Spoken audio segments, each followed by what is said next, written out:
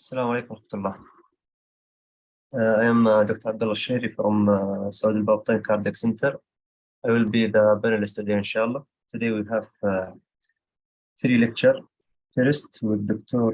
Riyad Al-Harthi, CT and MRI in cardiac surgery.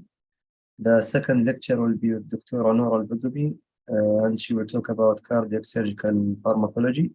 And the third lecture will be Journal Club, inshallah, with Dr. Faris Abu Al-Aini. Dr. Riyad, you can start anytime if you are ready. طيب إن شاء الله.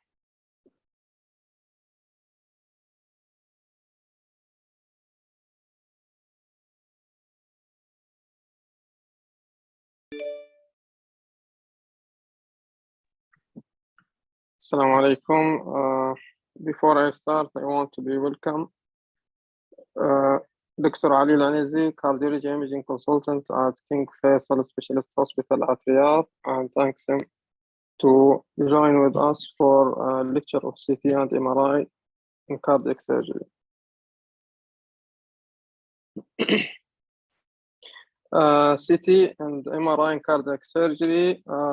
Riyadh Abdulrahman Al-Harthi, R3 at King Fahad Armed Forces Hospital. One of the major technological advances has been the incorporation of multiple elements into the CT detector system.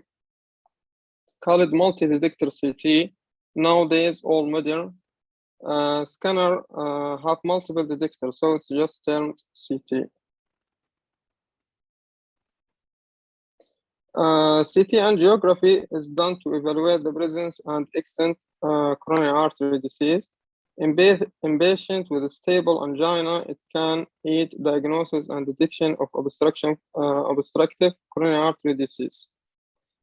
Among non-invasive tests, CT angio has the highest diagnostic accuracy for detection of obstructive coronary artery disease, especially because of its high sensitivity and corresponding low rate of false negative.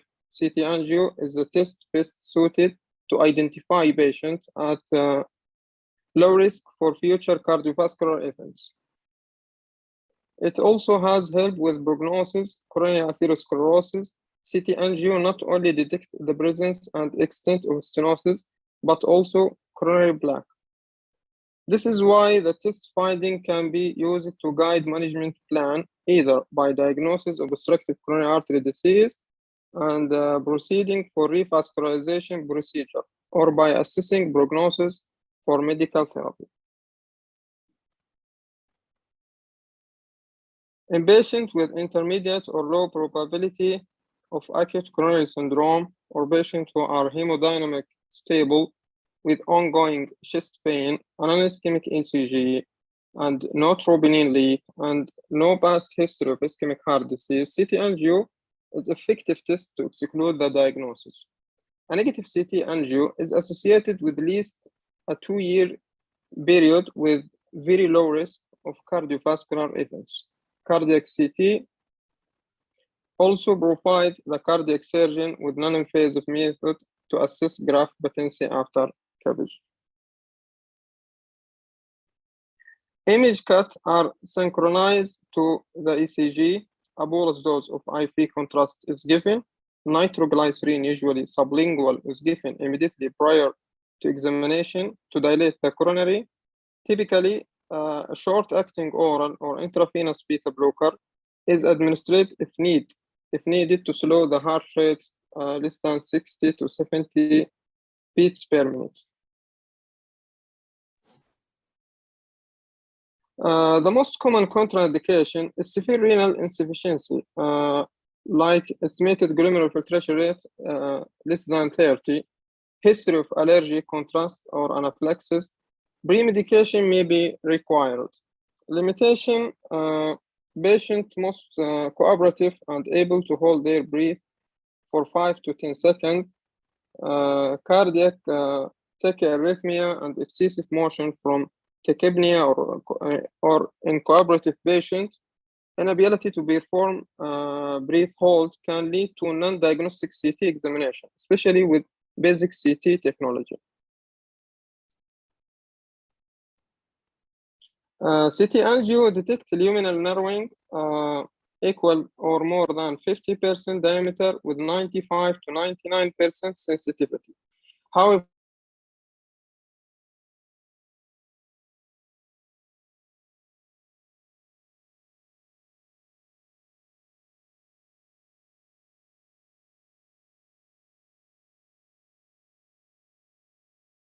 Dr. Riyad, We can. Dr. Riyad, we cannot hear you.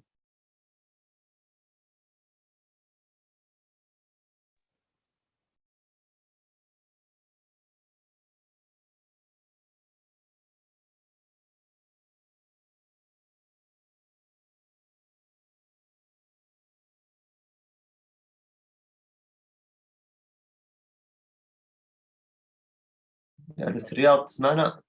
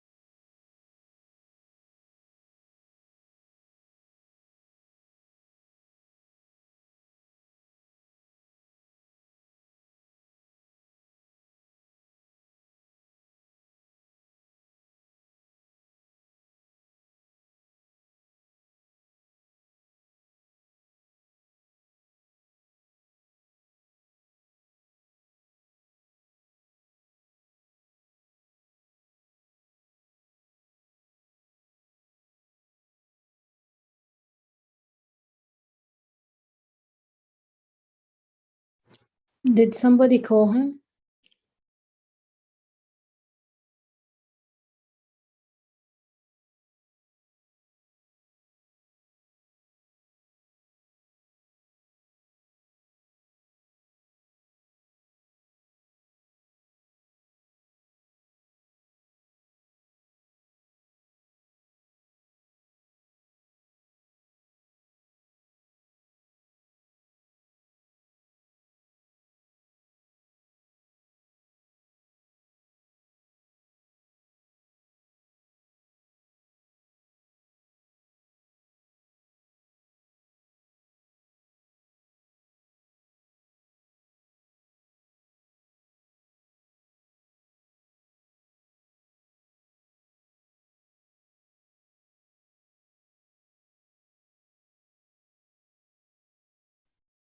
So he realized that he's disconnected.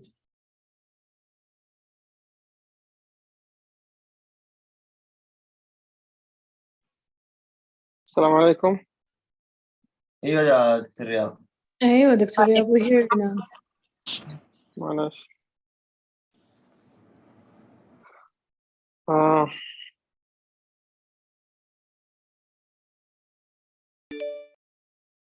I don't know where I was stopped, but Slide Go you back. can show me Yeah, go back. this yeah. slide.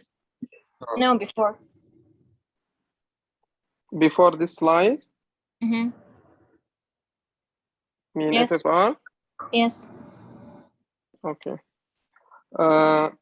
FFR is the ratio between the maximum achievable blood flow in diseased coronary artery and theoretical maximum flow in normal coronary artery. FFR is widely accepted normal. FFR lower than 0.75 to 80 is generally considered to associated with ischemia and warrant intervention. FFR is usually calculated during cath by CT. FFR can be calculated in some centers, and result of CT FFR are reasonable in agreement of that cath. Coronary calcium scan uses plain CT to detect calcium deposit in coronary artery. The presence and severity of coronary artery calcium is associated with increased risk of cardiovascular events. It's useful for risk stratification and guidance of medical therapy in asymptomatic or low-risk patients. It's ECG triggered plain CT of the heart. It may be performed without any patient preparation. Patients do not need beta blocker, nitroglycerin, or other medications. Patients should ideally be able to follow instruction and hold their breath for 3 to 5 seconds and lie still during scan. Calcium scoring is the most commonly quantified using Agatston method, with which sum up the area and density of coronary artery calcium. 0 Agatston, no identifiable disease. From 1 to 99, mild disease. 399, moderate disease. More than or equal 400, severe disease. Anatomical features such as the number of vessels involved and presence of proximal coronary artery disease add to the Agatston score in predicting major cardiovascular events. Post-CABG CT can be done for graft patency evaluation directly post-op or later in follow-up. However, surgical clips artifact can limit cardiac CT evaluation of the graft. In reoperative sternotomy is challenging due to adhesion and loss of tissue plans and the high risk of injury patent graft, the aorta and the right ventricle. Injury to patent lima to LAD graft is associated with high mortality, 50%. For cardiac valve, there is excellent correlation between plain metric valve area obtained by CT, MRI, and TE. Cardiac CT also allow evaluation of mechanical aortic valve prosthesis without artifact. In patients with suspect valve endocarditis, CT can be done to evaluate vegetation and infection sequels. CT TAFI and cardiac CT plus aortogram. CT allow for assessment of the aortic root and valve annulus in order to select appropriate valve size and location specific to the patient. An aortic angiogram is also performed in order to determine that suitability of iliofemoral axis, because it's enable to detection the significant occlusive or aneurysmal disease of the axis site or catheter root. This can also be done for any procedure requiring peripheral cannulation. A stable heart rate and ECG synchronization is preferable for capturing motionless aortic valve. This examination requires contrast and patient cooperation to flow breathing instruction.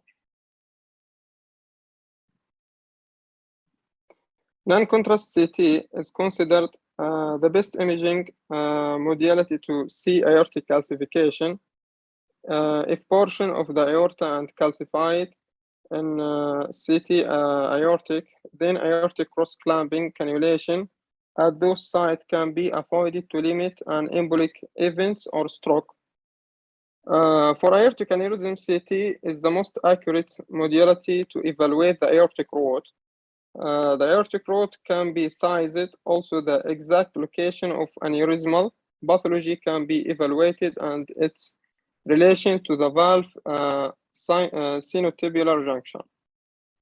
CT aortic has sensitivity and specificity of almost 100% for detection of aortic dissection and intramural hematoma and evaluation of the extent of intimal flap. In trauma, the sensitivity and specificity of CT are close to 100%. Indirect visualization of traumatic aortic injury and great vessels, and indirect sign including widened mediastinum, pulmonary contusion, hemothorax, and pseudoaneurysm of aortic wall. For LVAD assessment, CT superior to echo that has limited imaging depth and coverage volume with regard to limited acoustic window and acoustic shadowing. CT can also detect common complications such as indefined thrombus, formation, hemorrhage, cannula, obstruction, pericardium, tamponade, or infection.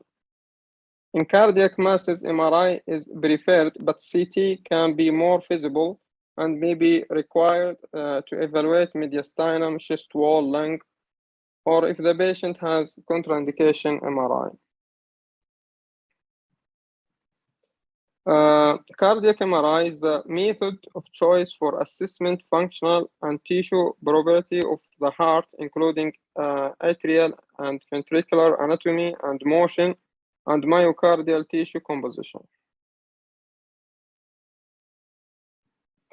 CMR is performed both at rest and after pharmacological stress to evaluate for ischemia, the motion of the ventricular wall during systole and diastole is visualized and the chamber can be assessed. CMR is less practical than CT angio for evaluation the coronary artery. Coronary MRI is less accurate than CT in diagnosis of coronary stenosis. CMR is preferred imaging examination after echo in patients with suspect non-ischemic cardiomyopathy to diagnose underlying etiology and assess myocardial viability and function. CMR often provides supportive evidence of myocarditis in patients with chest pain, heart failure symptom, elevated troponin level, and non-ischemic ventricular dysfunction on echo.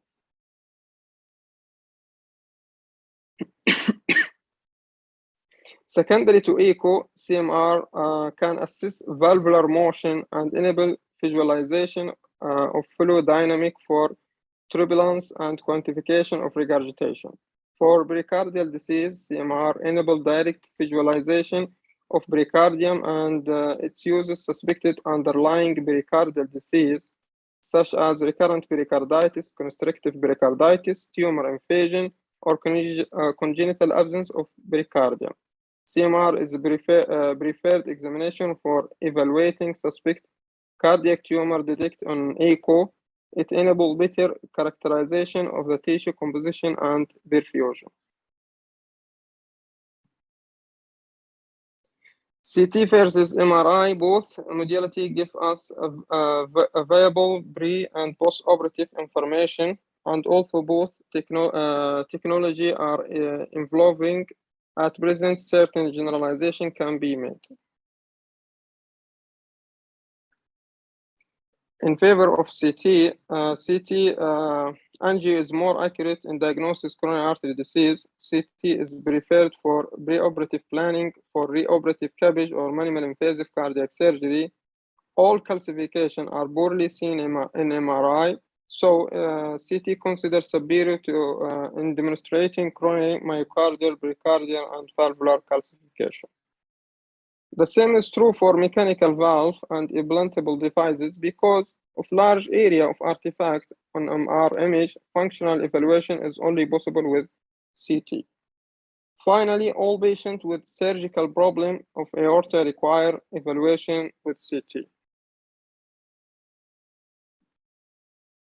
In favor of MRI, cardiac MRI is infallible to assessing myocardial function, contractility, and actual tissue perfusion and viability. MRI remain the standard to assess ventricular volume, function, and myocardial mass. MRI can be assess area of chronic myocardial infarction, identify certain specific cardiomyopathy, and confirm presence of neoplasm. Bioprocesses and native valve can be studied using MRI. And thank you.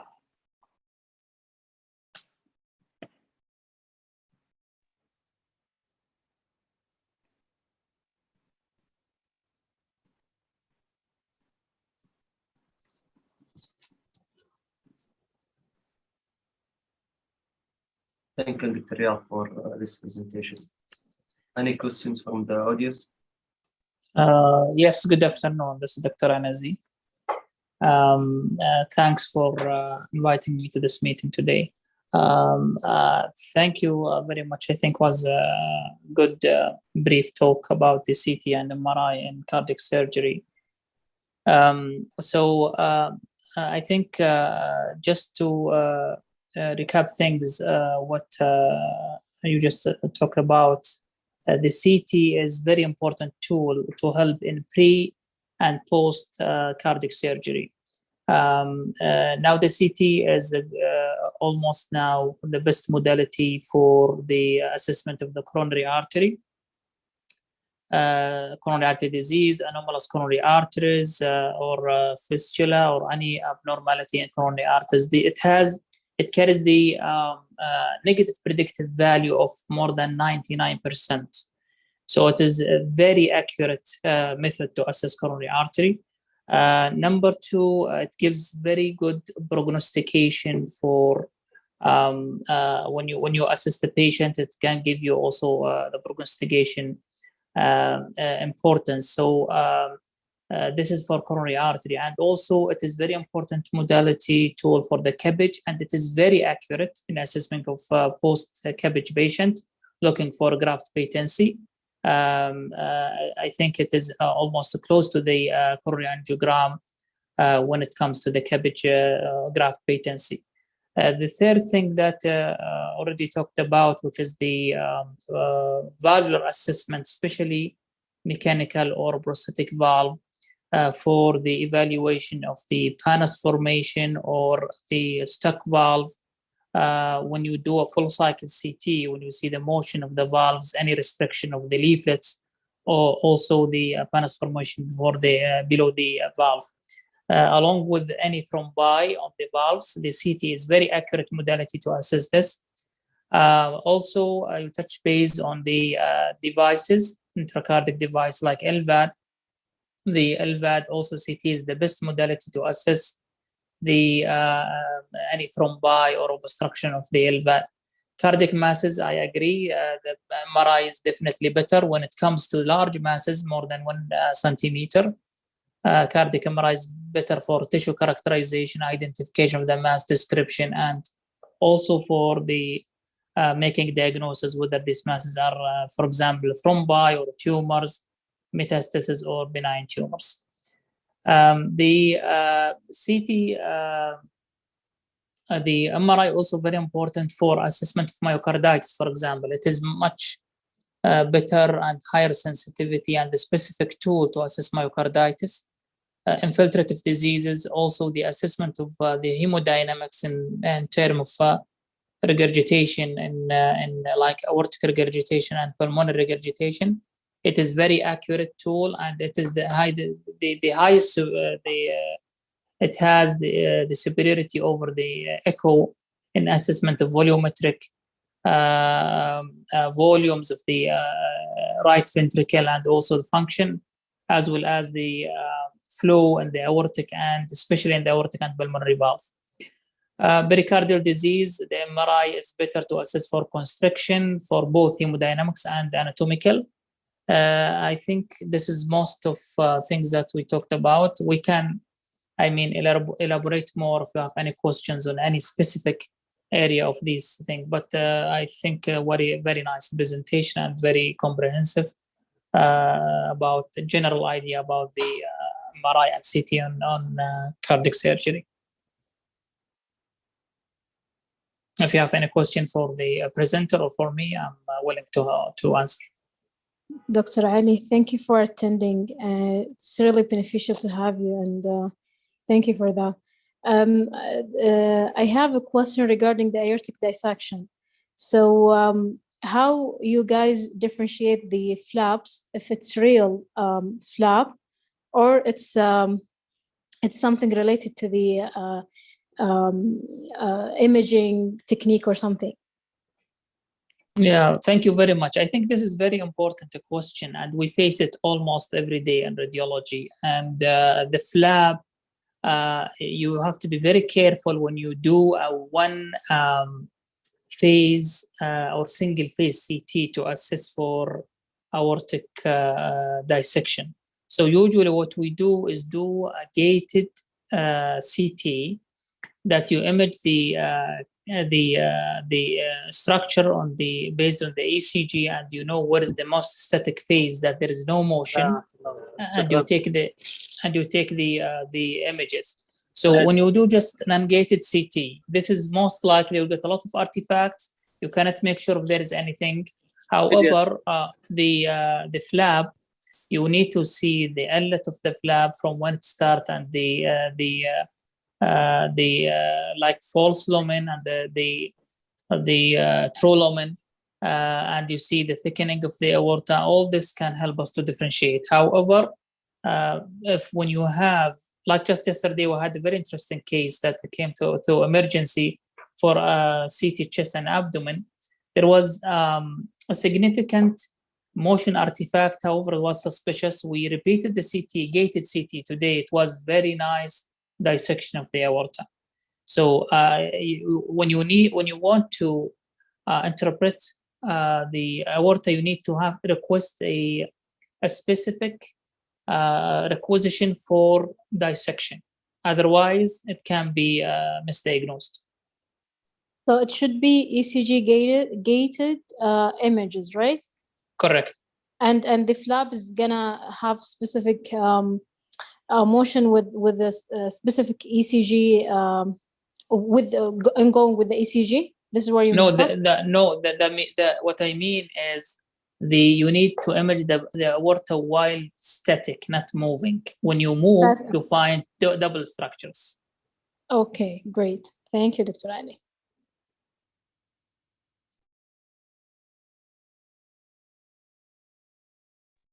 Doctor, what about the use of CT coronary as a pre-op measure or assessment?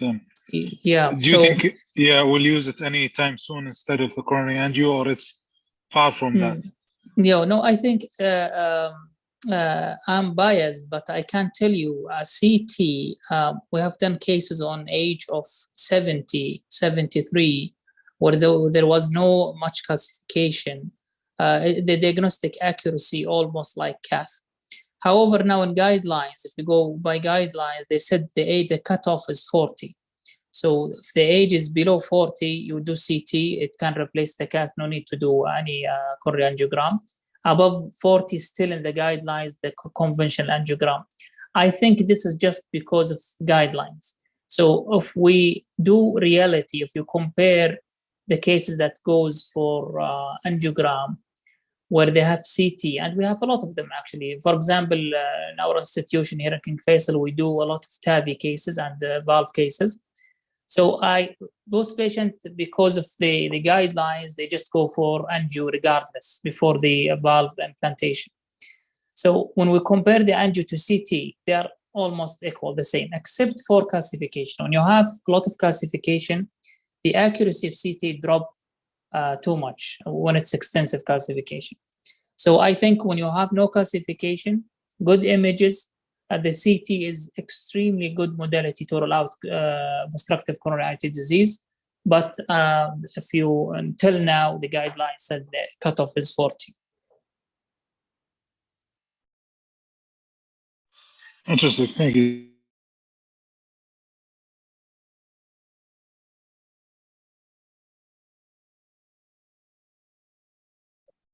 Thank you, Dr. Ali, to be with us today. Any more comment or questions?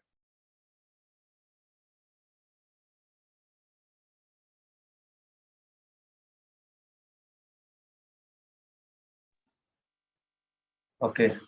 The next lecture, inshallah, will be with Dr. Noura on 1:35, inshallah. Thank you. Okay, thank you very much. Dr. Ali, if you have time, could you please join us as well the second lecture? It's pharmacology.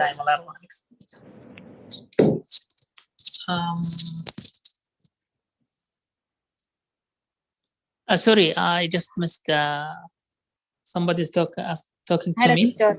Yes, go ahead.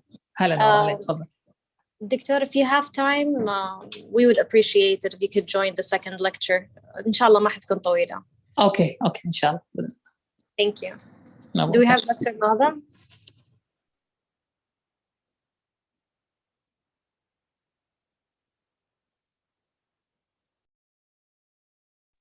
So Nora, is Dr. Nazim attending or not? I see his name, Dr. Nadam. Dr. Nazim, are you there? I'll call him on his Wednesday day.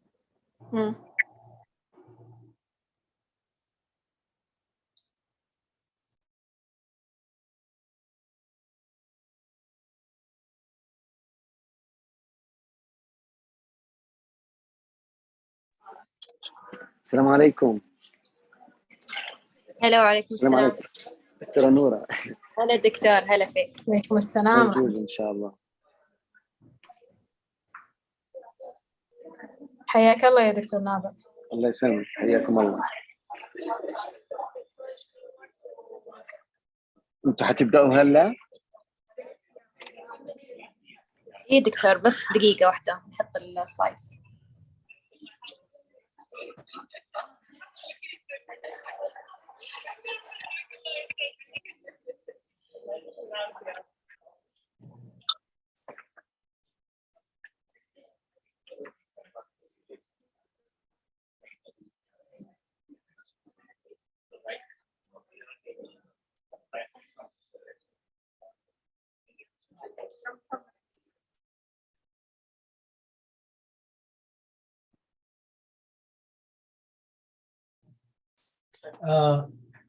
السلام عليكم دكتور ناظم. معك فريد خوغير. We also have Dr. Ali Al-Anazi. He's one of our cardiologists. He will be joining us as well on this presentation. So welcome both of you. Thank you. Thank you. Glad to be with you. Thank you. Assalamu alaikum. Today we will discuss pharmacology in the cardiac floor generally. Unfortunately, I don't think we have enough time to discuss everything, but I picked the most important and most commonly used medications. That would involve the antiplatelet agents, drugs for management of lipid abnormalities, including statins, anticoagulants, thrombolytic drugs, as well as some antiarrhythmics and vasodilators, vasoactive drugs. And then we will conclude, inshallah. So the drug therapy has revolutionized treatment for patients with cardiovascular disease, and patients presenting for cardiac surgery are prescribed a lot of medications to manage their underlying cardiac disease and treat their pre, intra, and post-op period to optimize their hemodynamics. Starting with the antiplatelet agents, they are foundational drugs in managing atherosclerotic cardiovascular disease, and commonly we use aspirin, clopidogrel, prasugrel, and ticagrelor. So starting with aspirin, it was initially used a long time ago by ancient Egyptians, and the way it works by inhibiting the cyclooxygenase system, which is an enzyme that present in the phospholipid membrane of most tissues.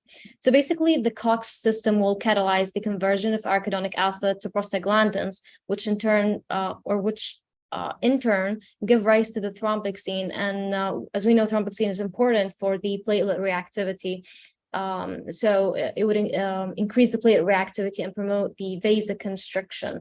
The benefits of aspirin in cardiovascular disease include both the antithrombotic effect as well as anti-inflammatory effect. So as we can see here, the arachidonic acid is converted to prostaglandins through COX and then to thromboxane. Once you give aspirin, you could inhibit everything here. So it is the cornerstone medication in managing ACS patients, as well as secondary prevention once the atherosclerotic cardiovascular disease manifests. It's associated with reduction in recurrent myocardial infarction, stroke, and cardiovascular-related death. We can administer within 6 hours of cabbage, and it's associated actually with higher rate of short as well as long-term graft patency. And the long-term aspirin usage after cabbage reduces recurrent coronary events. So the usual dose is 81 to 325 milligrams of aspirin that is the recommendation, within 6 hours after cabbage. However, what they actually did in study to check the patency was the 325 milligram dosage. Now, if you're giving your patient a dual antiplatelet with aspirin, then of course you should stick to the 81 milligram dose. For patients undergoing valve replacement, regardless of whether an anticoagulant was prescribed or not, whether it's mechanical or electrostatic, aspirin at a dose of 81 milligram is recommended.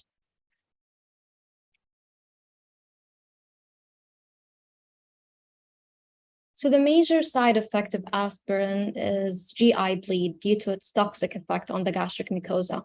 So when you consider whether to give aspirin with the low dose or high dose, you need to risk stratify your patient and whether they have high risk of bleeding or not.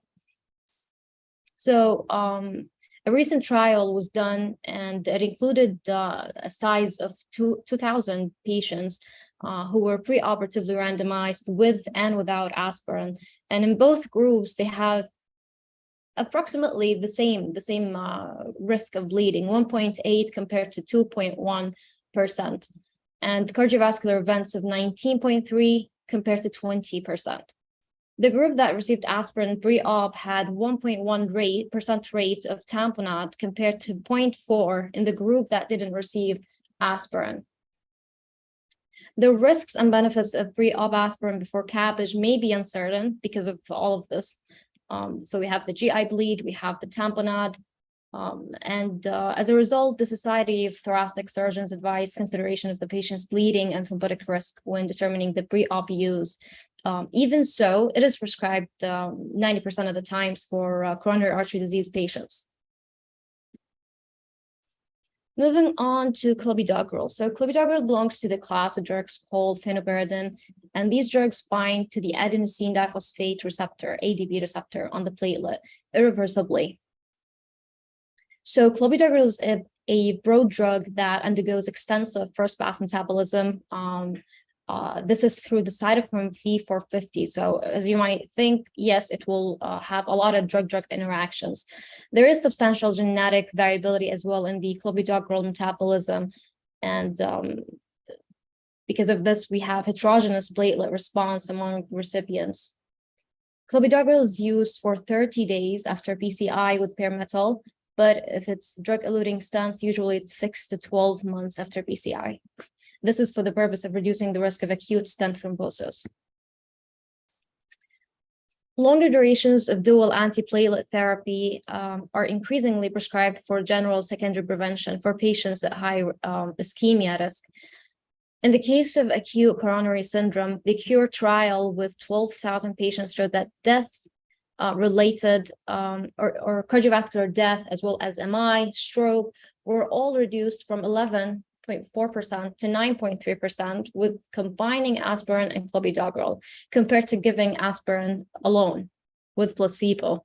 You see the cumulative hazard rate was higher in the placebo group. So of the 17% of patients who underwent CABG, the maximum benefit for clopidogrel use was maintained despite higher rate of perioperative bleeding. So yes, we do have increased risk of bleeding, but the patency and the benefit is high as well. So benefit may outweigh the risk.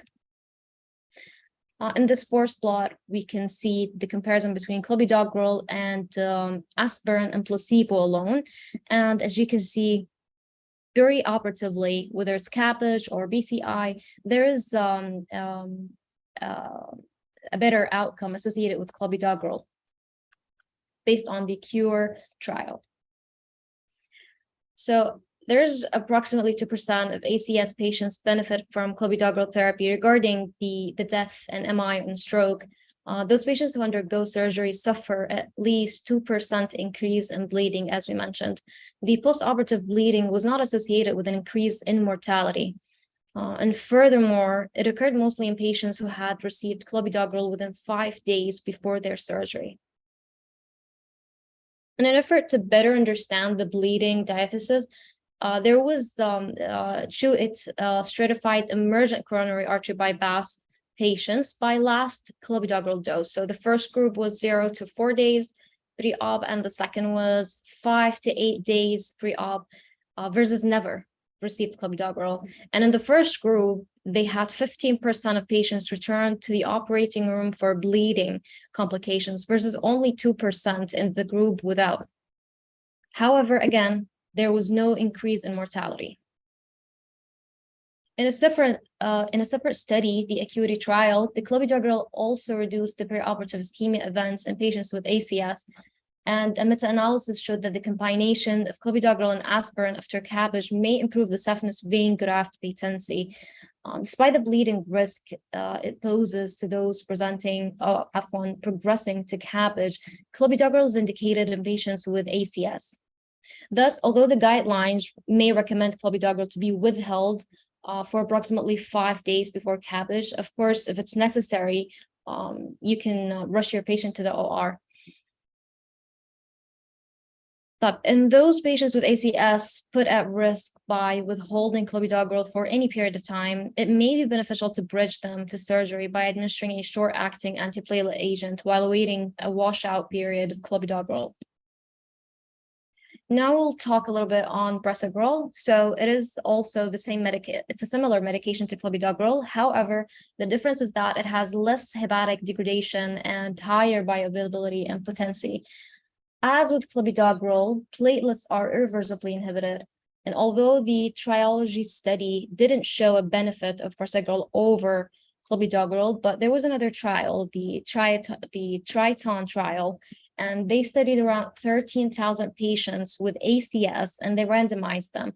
Some were on prasugrel and some were clopidogrel. And the result is prasugrel outperformed clopidogrel with the absolute benefit of 2% for the primary endpoint, which is death, MI, or stroke, driven mainly by reduction in MI.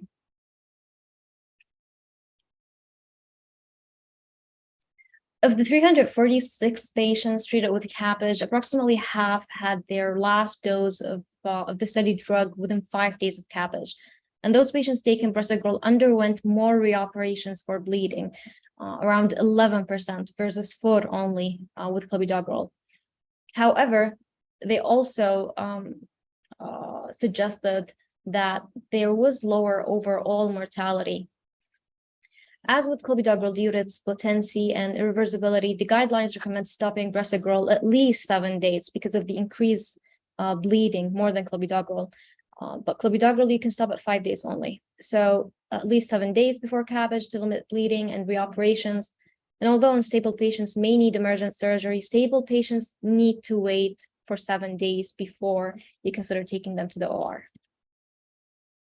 Now we're talking about ticagrelor. In contrast to prasugrel and clopidogrel, both of which irreversibly bind and activate the platelet ADP receptor, the ticagrelor is immediately bioavailable and it undergoes no metabolism in the liver. It binds to the ADP receptor reversibly. The Plato trial randomized around 18,000 patients with ACS to ticagrelor or clopidogrel with an absolute reduction in the primary composite endpoint of cardiovascular death, MI, or stroke, close to 2%. So with ticagrelor, it was 9.8%, and with clopidogrel, it was around 11.7% more complications and more death. This is in favor of ticagrelor, and approximately 10% of the Plato group underwent CABG with ticagrelor held 24 to 72 hours pre-op, and clopidogrel held for 5 days. The ticagrelor CABG group had lower mortality and lower cardiac event rates than patients treated with clopidogrel with equivalent bleeding.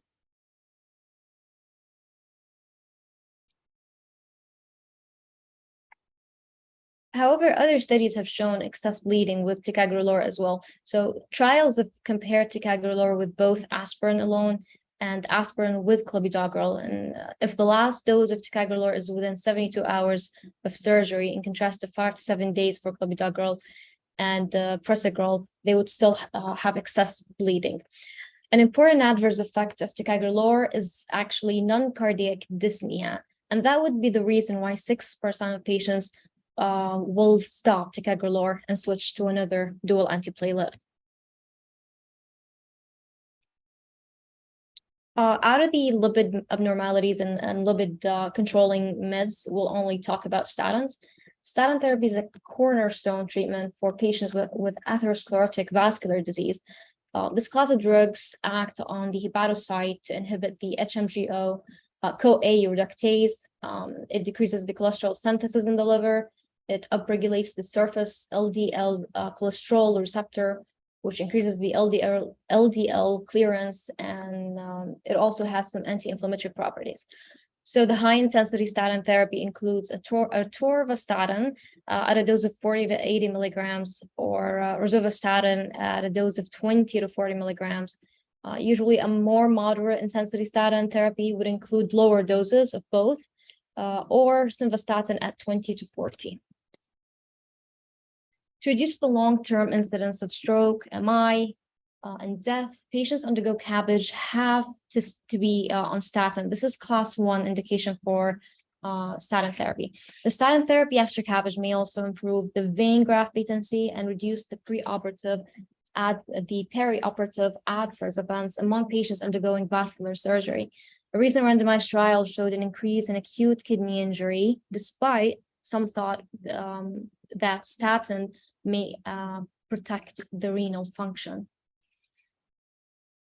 So according to the American College of Cardiology and American Heart Association 2015 guidelines, they recommend statin administration preoperatively for patients with coronary artery disease. It's first documented that be restarted early after CABG surgery and then continued indefinitely. There's no evidence to support the use of one statin over the other. They're all, according to evidence, the same in terms of effective treatment. Adverse effects of statin drugs include myalgia, myopathy, and myositis, new onset diabetes, as well as liver function test abnormalities. Now, although rates of myalgia are different between patients receiving statins or placebo in blinded randomized trials, however, the rates of myositis and myopathy were significantly increased, 0.1 to 0.5. This applies also to the transaminases. It increased more than 3 times the normal in 1.14% of patients who received statins versus 1.05% of patients who received placebo.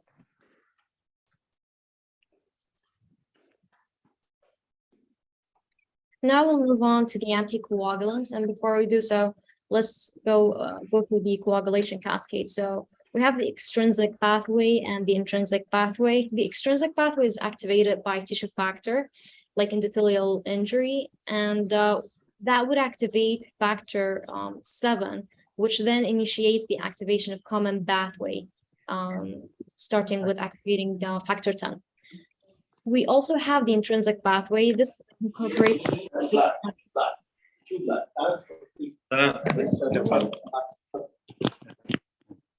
Okay. So there is another patient on Sunday, inshallah. Dr. Abdel, you can keep your mic mute, please. Okay, so we were at the intrinsic pathway. It incorporates the activation of factors 9, 10, as well as 7, and in turn, it activates the common pathway, starting with 10. Okay, and once you start the common pathway consisting of activation of factor 10 to factor 10A, basically it means the active form of A, then this would convert the prothrombin to thrombin, and that would be important in converting the fibrinogen to fibrin, forming a clot. Now, the fibrin cross-linked clot may be then broken down through fibrinolysis, and this is by converting plasminogen to plasmin. All right, so we will discuss heparin, warfarin, bilirubin, DOAX, NOAX. Starting with heparin, it is the standard anticoagulant used in cardiac surgery for the routine conduct of bypass, for bridging purposes. We use them for mechanical prosthetic valves, for management of DVT, LVAD patients, stroke, patients with AFib post-op. So there are many uses of heparin in the cardiac surgery floor, during ECMO as well. So antithrombin 3 is an enzyme that inhibits multiple factors in the coagulation cascade, most importantly, thrombin. Factor 10A and thrombin. Okay, both are inhibited by antithrombin 3, and in the presence of heparin, that would be even exaggerated. There will be 1,000 times more avid for those two clotting factors. So the unfractionated heparin is associated with antithrombin 3, is inhibiting factor 10A as well as thrombin, and so it prevents the formation of fibrin and clot formation. The way we monitor intra-op, usually using ACT, and in the CSICU, we usually monitor using APTT. We also have enoxaparin, which is low molecular weight heparin, on the other hand, and it consists of more uniform set of smaller molecules than unfractionated heparin, and it only inhibits factor 10A, not thrombin. It is more predictable pharmacokinetics as well as therapeutic effects, however, difficult to reverse. And since we're discussing heparin, it's important and relevant to discuss HIT. So the most feared adverse event associated with heparin use is heparin-induced thrombocytopenia with thrombosis. It occurs when heparin molecules complex with platelet factor 4, and that is secreted by platelet, and this complex will generate an immune reaction leading to formation of antibodies. Now, the antibodies bind to heparin BF4, and that would activate the platelets, causing excessive thrombin generation. The clinical manifestation includes, first of all, you will have thrombocytopenia, which is usually starting 5 to 10 days after the exposure, whether it's bypass or bridging. And then you could have hypercoagulability and presence of characteristic antibodies. The diagnosis is usually aided by the 4T score and incorporates timing of platelet fall, platelet nadir, lack of another cause of thrombocytopenia. So you need to rule out other causes of thrombocytopenia before you think of HIT. So HIT could be typical onset, which is what we mentioned, 5 to 10 days after exposure. It could be rapid onset, and it could be delayed onset after 10 days.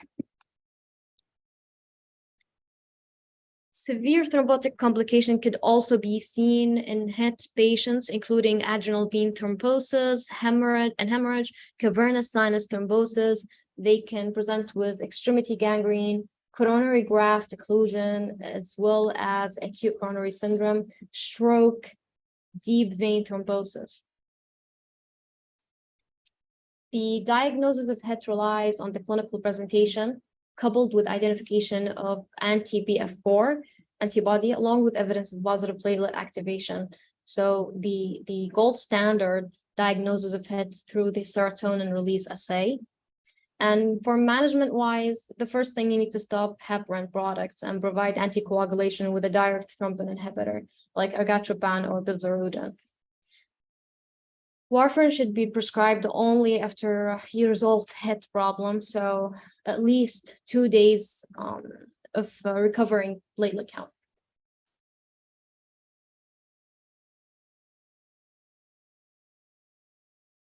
So let's say you have a patient with history of HIT, and you need to go to the OR. You need to perform cardiac surgery.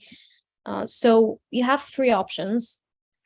For bypass and post-op purposes. You either perform the procedure with heparin, but that would only be valid if your platelet count is normal and no detection of BF4 antibodies in the blood.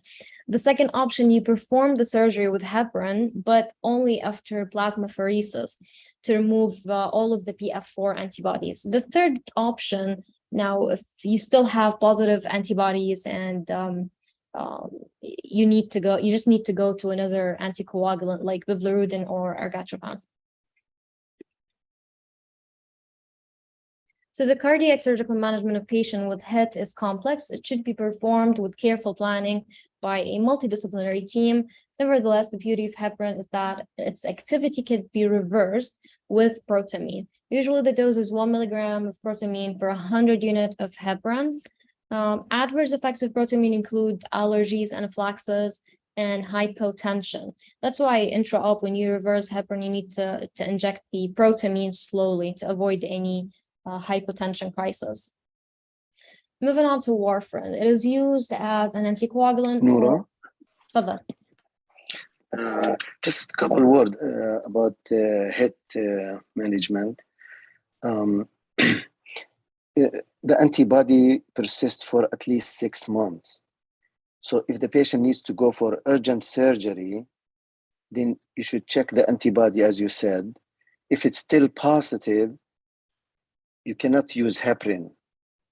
You must use other form of anticoagulant if it's urgent surgery, like bivalirudin or argatroban. There's a protocol for this. If the patient can wait until the antibody is negative, which is better, then fine. Once the antibody is negative and he had a good diagnosis of HIT, especially if it was HIT with thrombosis, then you can perform the surgery on heparin, but immediately post-operative, he should be started on argatroban or bivalirudin. If you continue heparin, you are desensitizing the patient and he will develop thrombosis. We had one patient, I told them to start heparin. I told them to start bivalirudin after surgery immediately. They did not. So they called me on Friday morning. They said, Nadhim, he's thrombosing everywhere. Yeah, of course, because you desensitize the patient. So it's very important that once the patient has confirmed diagnosis of HIT type 2 with or without thrombosis. Unfortunately, here in our hospital, we don't do the confirmatory test, the serotonin assay. We only do the screening, which is the ELISA. So if the patient has true HIT, type 2 immune HIT, then if you do the surgery on heparin, post-operatively, immediately or next day, he should be started on argatroban or bivalirudin.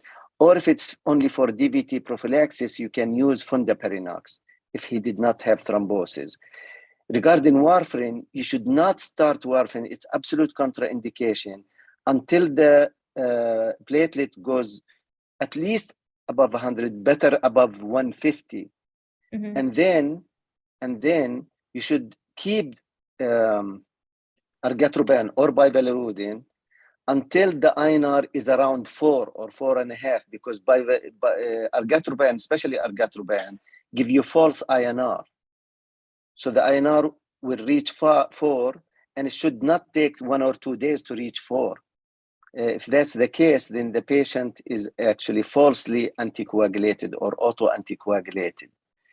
Then the day you stop by argatroban, next day the INR drops at least 1 or 2. So the patient will be under anticoagulated. And if you continue only warfarin without argatroban, you may precipitate thrombosis. Thank you. I apologize. I missed the first part because I get 2 pages. And when I get the pages, the phone disconnects. Thank you. Bye.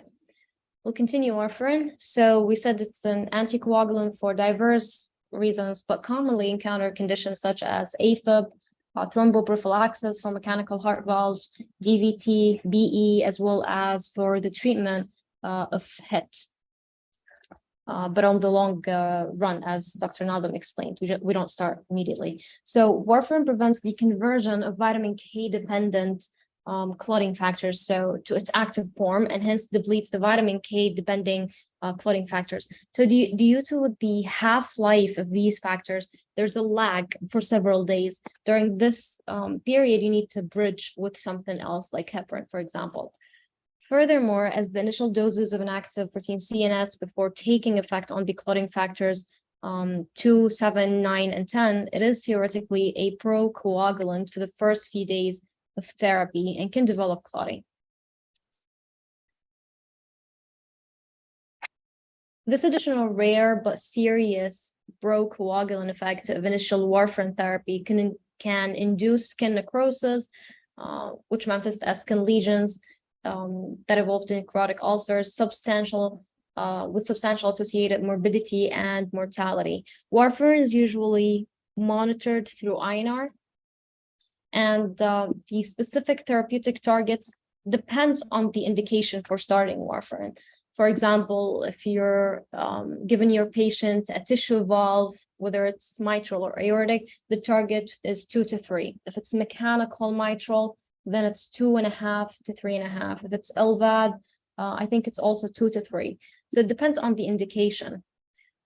Warfarin's anticoagulant effect is reversed with vitamin K or fresh frozen plasma. Warfarin is category X, meaning it's contraindicated in pregnancy due to concerns for warfarin-induced embryopathy. The management of women of childbearing age who may have indication for warfarin, like you're preparing your patient for, let's say, mitral valve replacement, you're discussing whether it's better for her to go with mechanical or biological. You need to consider the anticoagulation. So it's complex and it's a multidisciplinary approach, and you need to consult your patient and stratify their risk. So, although, however, in the latest guideline, they did mention that the women of childbearing age who are on warfarin, they can continue through pregnancy. However, the dose should be 5 milligram or less. This is class 2A level BNR.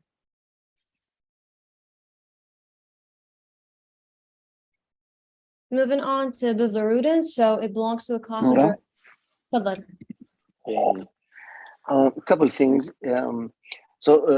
I wouldn't say warfarin is used for treatment of HIT.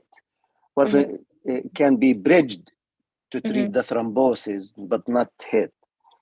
The other point is warfarin reversal. The best reversal agent is prothrombin complex concentrate, which is 4 factors. It has all the factors that warfarin inhibits. Fresh frozen plasma is short-lived. Within 2 to 3 hours, it's gone. So we use it sometimes to put a line, even in anticoagulated patients. But be careful with all these. And vitamin K takes at least 6 to 8 hours to have any effect. So it's delayed effect.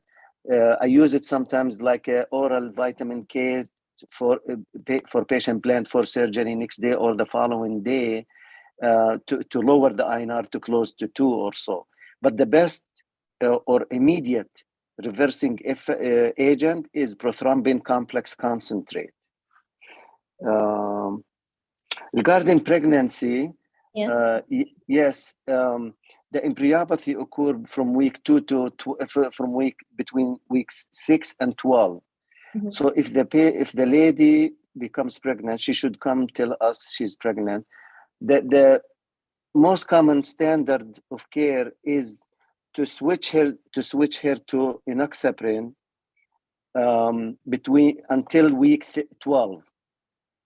On week 13, you overlap both warfarin and enoxaparin, and you bring her back until the INR is therapeutic. Then you discontinue enoxaparin. Then you bring back enoxaparin, you discontinue warfarin, you start enoxaparin at week 36.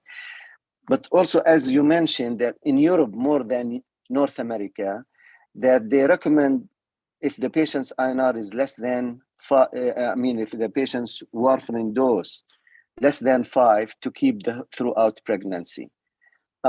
It's risky a little bit, especially if it's a precious baby or first baby. I think either giving the patient throughout pregnancy enoxaparin, but during the 2nd and 3rd trimester, you should measure anti-10A to make sure the patient is getting therapeutic level. I would always maybe overdose a little bit, like given 1.1 or 1.2 milligram rather than given lower doses, because it's very important, especially if they have like mechanical valve or high risk thrombosis. Thank you. Dr. Nadim, نعم تفضل. how much dose you give for LVAD patients to reverse their INR if they are admitted with supratherapeutic INR and you need to take them for surgery? How much vitamin K you give? There's no right or wrong answer, and it depends on the INR and it depends on the urgency. But again, LVAD is very risky to give, especially if the surgery will be delayed or will be cancelled. No, but if the patient is stable, I'm saying just to be taken for example, debridement. But yani, how much we give usually for LVAD? Yani, considering LVAD issues. If you want to lower the INR, I usually give 2 milligrams oral vitamin K. But if you give more than that, then you should put the patient on heparin because the risk of thrombosis is high. So anytime you want to reverse totally the effect of warfarin and the patient has high risk of thrombosis, then you should put the patient on some injectable anticoagulant, enoxaparin or heparin. Depends on the urgency of surgery and the risk of bleeding. Most surgeons prefer heparin rather than enoxaparin. Anesthesiologists also, especially if the patient's going to surgery next day. So if you are going to reverse completely, you can do that, but you should put the patient on heparin infusion. And heparin is very short-lived. You know, after 1 to 2 hours, it loses almost more than half of the effect. And if the PTT ratio was on the low side, then he's not fully therapeutically anticoagulated. You can perform start opening the patient without even reversal. Great, thank you. Doctor. Do you check the an INR before starting heparin infusion? Like if the patient is let's assume he has 2.5 INR, and then you are planning to give FFP. Are you giving FFP and heparin and start heparin after FFP finish, or you check INR and then start heparin? Because our practice is heparin to be continued until INR is 2. Once INR above 2 or above, we discontinue heparin infusion. So for FFP, as I mentioned, the reversal is short-lived. Now, if you give, and you should always give multiples of 4. If you give 1 or 2 units, it's useless. Nothing will happen. So you need to give multiple of 4 units. If you give 4 units, the INR will come down. But if you're gonna, I always argue with the radiology or the GI people to put a line. So if you wait, if you send the PT INR, you wait until the level comes back, you lost the effect of FFP, because after 2 hours or so, the INR bounced back to normal, to where it was before or slightly below. So if you need to do a procedure, the best time to do the procedure is immediately after completing the infusion of FFP.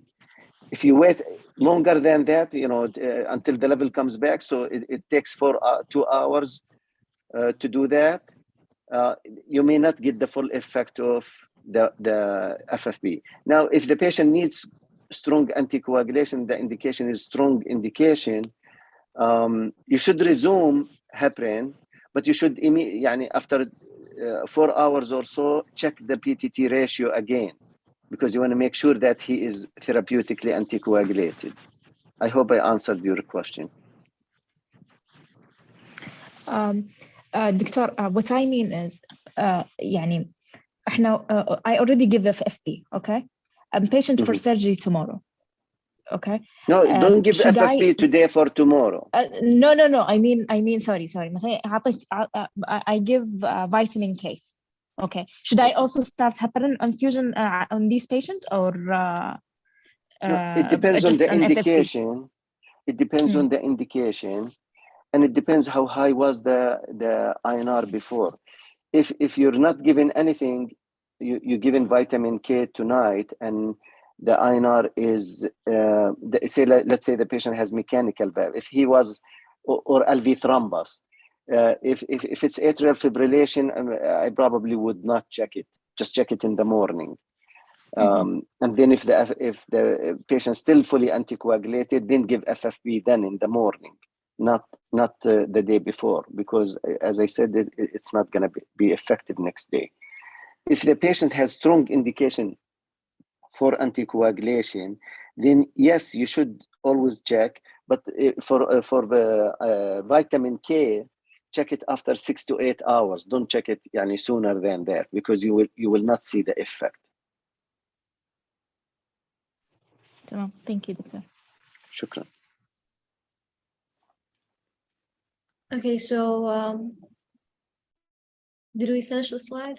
Bilirubin belongs to a class of drugs that directly inhibit the thrombin at its site, as well as the conversion of fibrinogen to fibrin.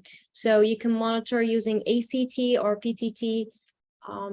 Again, the application for this medication is in HIT patients as an alternative to heparin. In a series of more than 140 patients undergoing cardiac surgery with bilirubin anticoagulation, more than 99% of procedures were performed successfully with less than 1 liter cumulative preoperative blood loss. It can also be used for anticoagulation for ECMO. There was a small series suggesting that comparable safety with lower transfusion requirement for ECMO patients managed with bilirubin compared to heparin. It is used to treat HIT. However, still by the FDA, the #1 approved for HIT is argatroban, actually. Both drugs have been used successfully for HIT treatment, bilirubin and argatroban, and they're usually tolerated with adverse reactions similar to heparin. Given their irreversible anticoagulant effect, however, they do have some high risk of hemorrhagic complications that are difficult to control. Yeah, just remember that argatroban and bivalirudin, they have no reversing agent. So if the patient starts bleeding, it's a mess. And that's why you really need to, bivalirudin and argatroban, you should do the PTT and INR after 2 hours initially, and then 4 hours later. If the patient has renal impairment, bivalirudin is very risky because it's renally eliminated and it accumulates although they're short half-life, but they can accumulate and cause excessive bleeding. Argatroban probably a little bit safer because it has dual elimination with the hepatic and renal. But both of these agents have no reversing agents. So when you use them, you really have to be really careful. Thank you. Assalamu alaikum. Alaikum assalam. Alaikum assalam. I have one question, if you don't mind. دكتور لو سمحت, intraoperatively, how would you monitor the effect, anticoagulant effect of argatroban or bivalirudin? How do you know? ACT, the same as the heparin? Yeah. Yeah. Okay, thank you very much. Yeah. So intra-op, you monitor through ACT, and then in the floor CSICU, you monitor using PTT. Moving on to DOACs or NOACs, this is basically direct oral anticoagulant or non-vitamin K oral anticoagulants. They include the direct thrombin inhibitor, dabigatran, and factor Xa inhibitors like rivaroxaban and apixaban and edoxaban. These drugs have been introduced for the oral treatment of atrial fibrillation and DVT. Unlike warfarin, which is used for similar reasons, these drugs are immediately effective. They do not require any monitoring. They do not have the procoagulant effect that is seen at initial starting at the initial phase of starting warfarin. At the initial of starting warfarin, and they do not require testing to follow up the degree of anticoagulation. So despite their cost significantly more than warfarin, the advantages are obvious, and their use is now widespread. There was a large randomized trial suggesting that these agents are equivalent or superior even to warfarin for thromboprophylaxis in chronic AFib patients.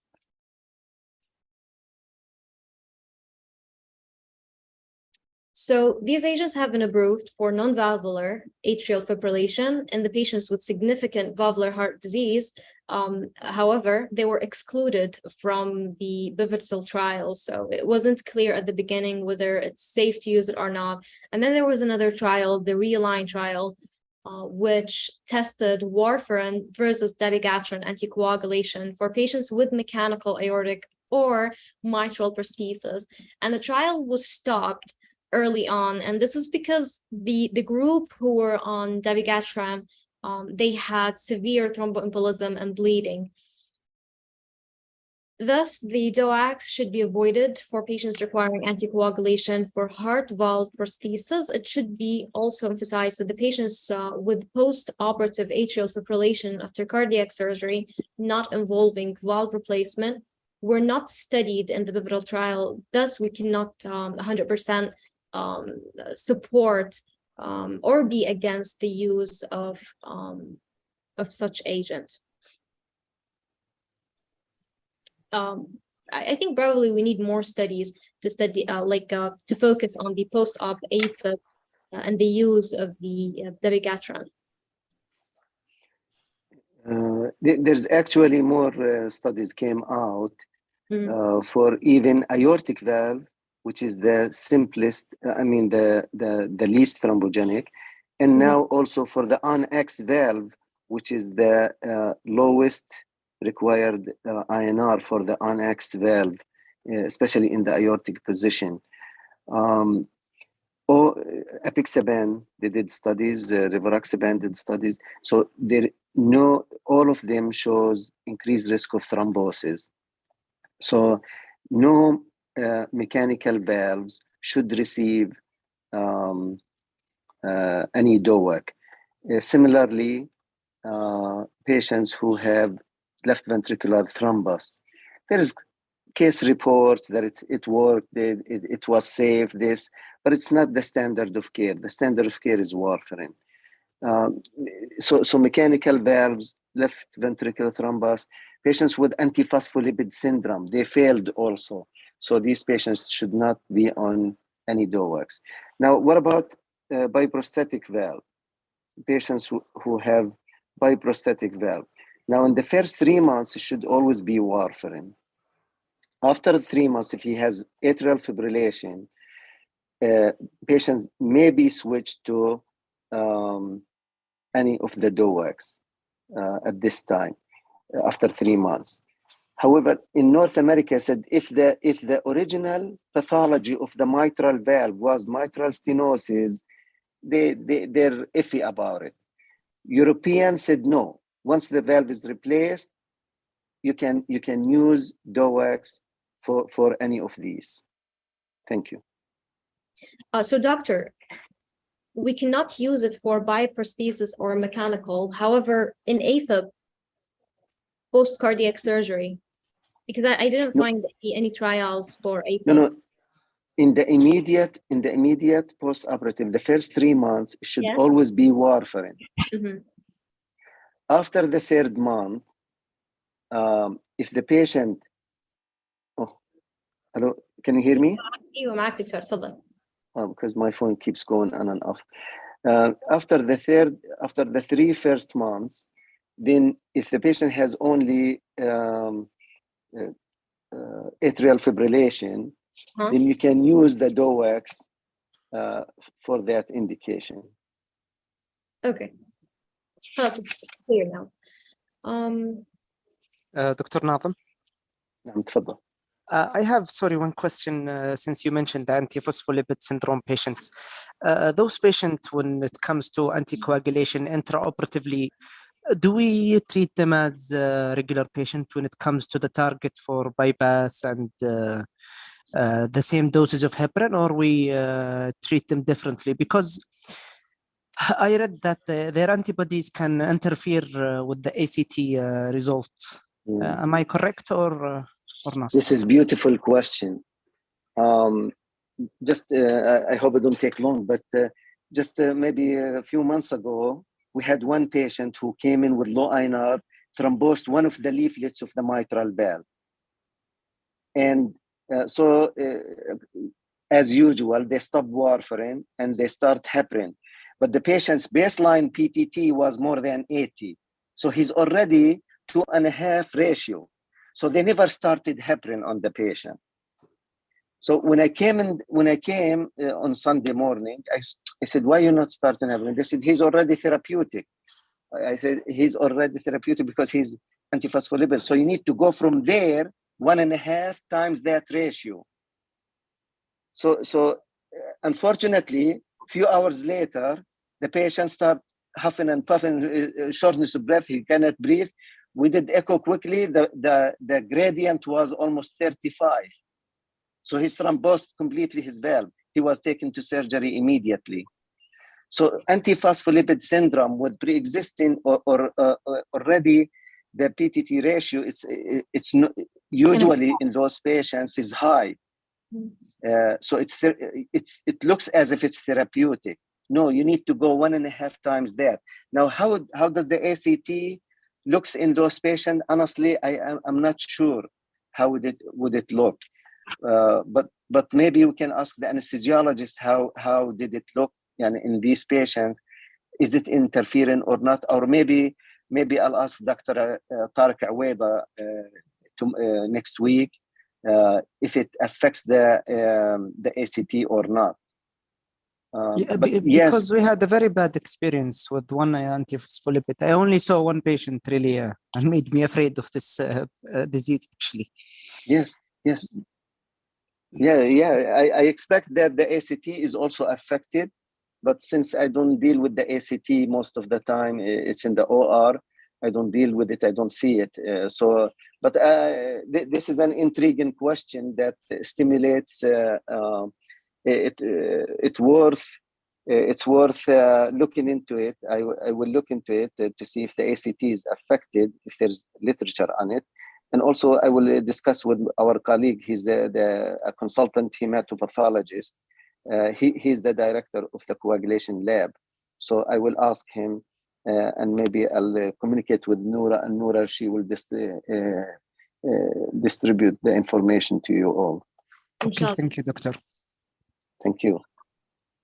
So the effectiveness of the reversal agents for both dabigatran as well as factor Xa inhibitors, like avexitide, has been assessed in randomized trials, and these reversal agents will soon be available for clinical use, supposedly. For patients with cardiac disease, like chronic AFib, who present with the need for surgery, the management of withholding versus reversing these anticoagulants should be individualized. So based on the patient's risk factors and based on the bleeding and thrombotic events. And renal function also. Yes, renal function. And they are available. Dabigatran is reversed immediately, completely, because it's a monoclonal antibody, the idarucizumab. And Dixanet is very short-acting, and we only use it for major bleeding. But if the patient is elective surgery, those patients should be advised on how many days you need to stop it before surgery. And we can always help you with that if needed. And we also, I think we developed the anticoagulation guidelines, which is available on the web page, hospital web page, to manage these patients, especially for the bleeding more than anything else. But based on the creatinine clearance, we can tell you for how many days you need to hold it before surgery. And usually there's no bridging needed for that. Thank you. Come on. So this is some guidelines that I think we discussed before, but let's go over them. In a previous lecture, we discussed them. Anyways, it is recommended that the vitamin K anticoagulants to be discontinued 5 days prior to surgery. The aim or the target INR should be less than 1.5 on the day of the elective cardiac surgery. This is class 1, level C.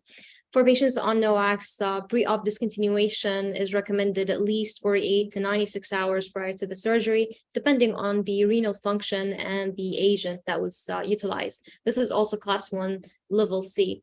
Bridging the oral anticoagulants is recommended in patients with any of the following indication, whether it's mechanical, AFib, with moderate to severe mitral stenosis, AFib with CHA score more than 4, acute thrombotic event within the last 4 weeks. This is class 1C, level C. Also, bridging of the oral anticoagulants should be considered in patients with high acute thromboembolic risks, class 2A and the level C. Bridging with unfractionated heparin is recommended. This is a strong recommendation, class 1, level B. Bridging with subcutaneous low molecular weight heparin should be considered as an alternative to bridging with unfractionated heparin. This is class 2A, level B. Bridging with fondaparinux is not recommended, considered harmful, and it's level C. In patients who are preoperatively bridged with unfractionated heparin, it is recommended to stop 6 hours prior to surgery. This is class 1, level C. And in patients who are preoperatively bridged with therapeutic low molecular weight heparin, it is recommended that they be given the last dose within 24 hours before surgery. This is class 1, level B. Now we'll start with the thrombolytic drugs. So thrombolytic drugs are used in a number of clinical settings. Here in the cardiac surgical floor, I've seen a couple of times for complex pleural effusion that it's injected locally. It could be used for DVT. It could be used for LVAD thrombosis, for PE, or acute stroke. So while thrombolytic therapy is usually contraindicated in the setting of recent cardiac surgery, catheter-directed thrombolysis could be considered in some circumstances. The thrombolytic therapy is sometimes used upstream of emergency cardiac surgical intervention, like for acute MI or acute massive PE. In general, the thrombolytics work by enhancing the fibrinolytic system. For example, TPA converts plasminogen to active enzyme plasmin, and that in turn dissolves the clots by breaking down the fibrin cross linkages. We'll move on to the medications that impact the cardiac rhythm. We'll start with beta blockers. There are several defined subtypes of adrenergic receptors that mitigate the response of the body's tissues to catecholamines, endogenous or exogenous. So beta blockers, they act on these receptors, beta-1 as well as beta-2 receptors. The beta-1 present in the cardiac tissue. So you stimulate it, you will have an increase in chronotropy and inotropy. Beta-2 receptors are present on smooth and skeletal muscle as well as cardiac tissue, and these receptors regulate the smooth muscle relaxation. So you get bronchodilation and vasodilation. We have metoprolol, atenolol, and bisoprolol, and esmolol. These are considered cardioselective. They most commonly or mostly they stimulate beta-1 receptors, and that would reduce that would give a negative inotropy, chronotropy, with lesser impact on constricting vascular and bronchial smooth muscle. In contrast, you have the non-selective like propranolol and nadolol and labetalol, as well as carvedilol. They're less specific beta blockers, and for labetalol and carvedilol, they also antagonize antagonize alpha-1 receptors, and that would lead to decreased peripheral vasoconstriction and reduce cardiac afterload.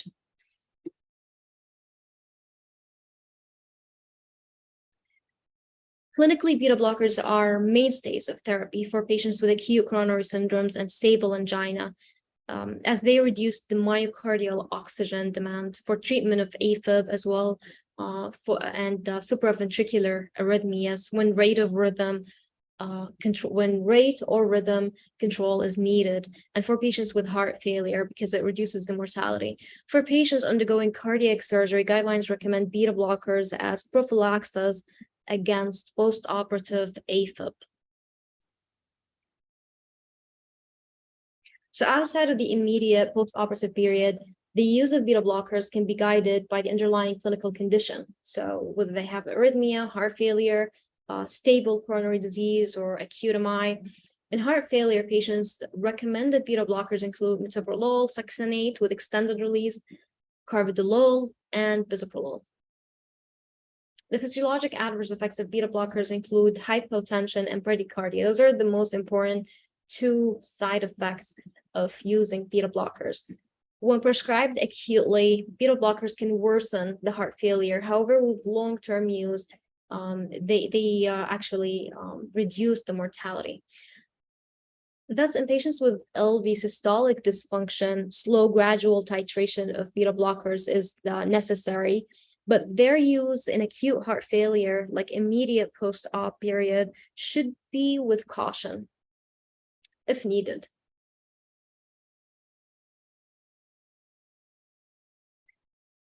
Moving on to amiodarone. Noura, just a couple words about beta blocker post-operative.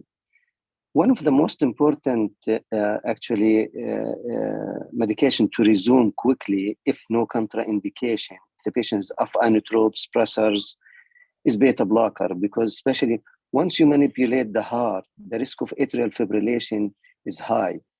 So to minimize the risk of atrial fibrillation, as you mentioned, you should give the doses in the previous day. You should not hold it. Some people even give in the morning a dose, the morning dose before surgery to give it. But if the patient borderline pressure or heart rate is okay, but immediately post-operative, not immediately, in the next day, at least in the first, after 24 or 48 hours, to start resuming some beta blocker, because usually when they go into atrial fibrillation, often it's withdrawal of atrial fibrillation. So if the sooner you're able to resume beta blocker on these patients, please do so to minimize the risk of developing atrial fibrillation. Thank you. Dr. Nazem. تفضل. I have one question regarding the mechanism of action of beta blocker. Beta blockers reduce the heart rate by blocking the sympathetic stimulation of the sinoatrial node, or it's like adenosine and it works on slowing the conduction of the AV node? No, neither actually. On the slowing down of the SA node is not that much, but they have a strong AV nodal blocking, and also they negate the effect of catecholamines, epinephrine, norepinephrine. So mainly their effect is on the AV node. Because I had one scenario.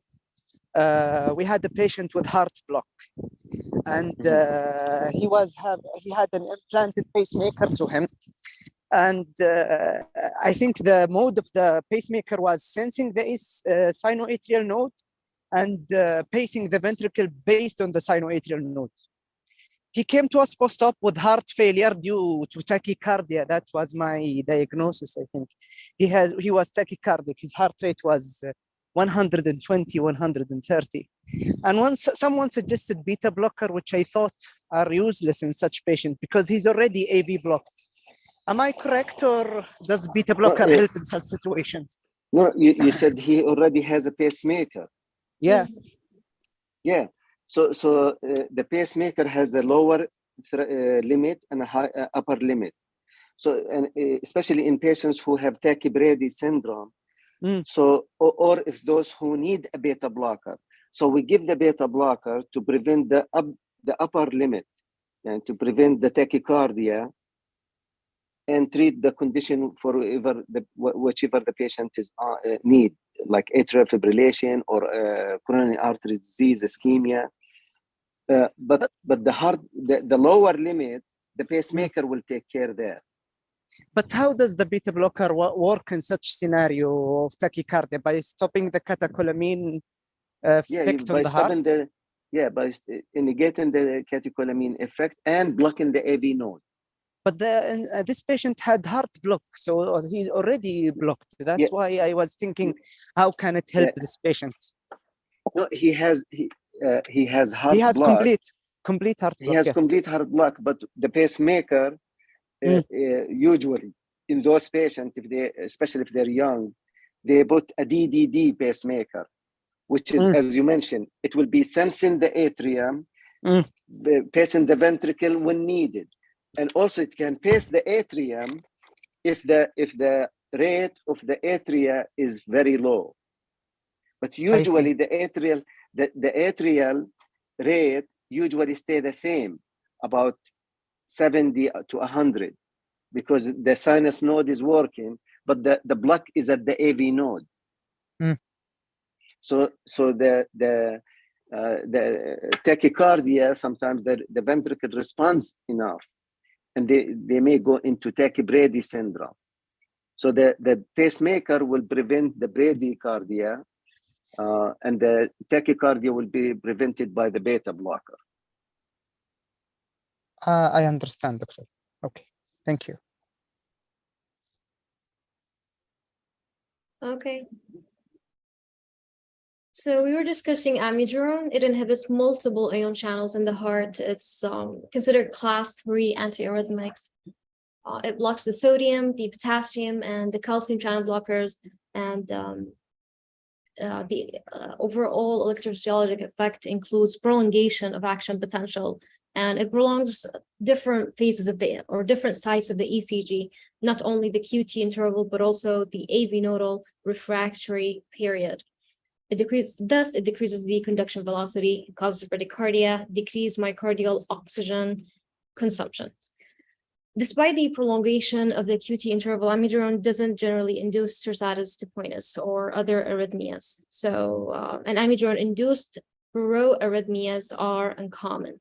The drug is very lipid soluble, a property that is responsible for the drug's very long half-life of several weeks or longer.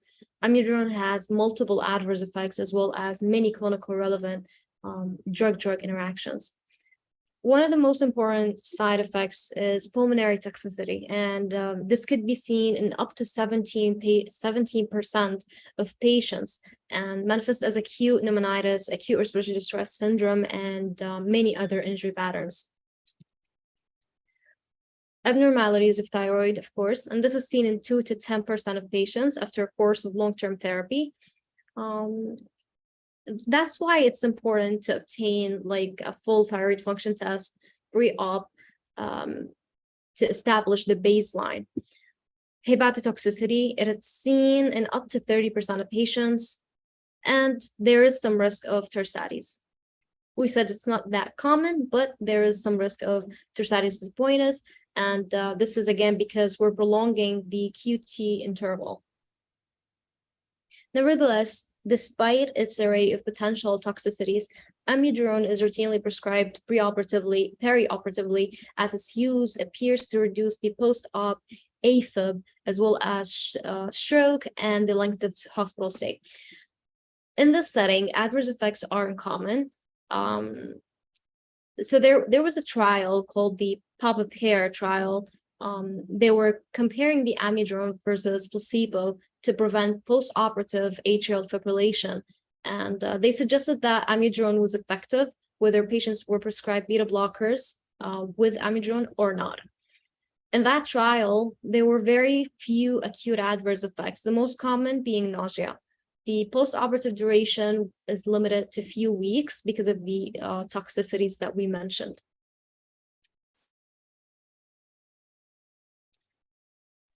This practice is not very common to give amiodarone prophylactically. If the patient was on amiodarone, we continue it. But we rarely give amiodarone 400 or 800 milligram like the trial did, like the night before.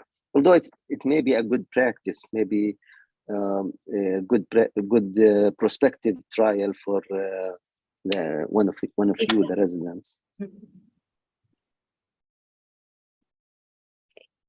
So moving on to digoxin.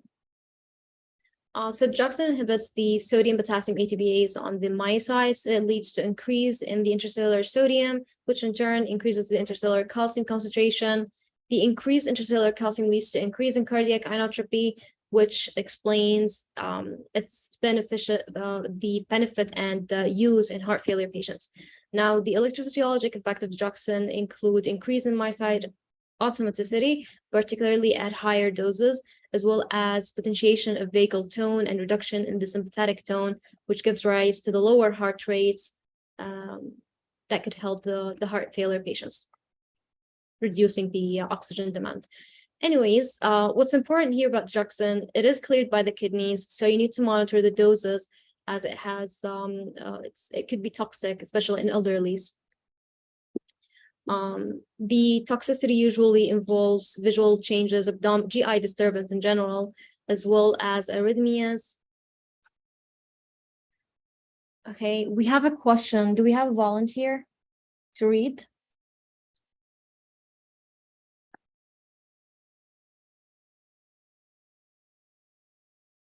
تسنيم موجودة؟ أو الوليد؟ I'm here. تفضلي تسنيم. So a 47-year-old man with non-coronary artery disease comes to the emergency department with chest tightness, sweating, and palpitations.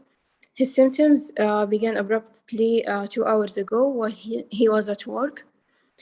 6 months ago, the patient underwent percutaneous angioplasty of the right coronary artery.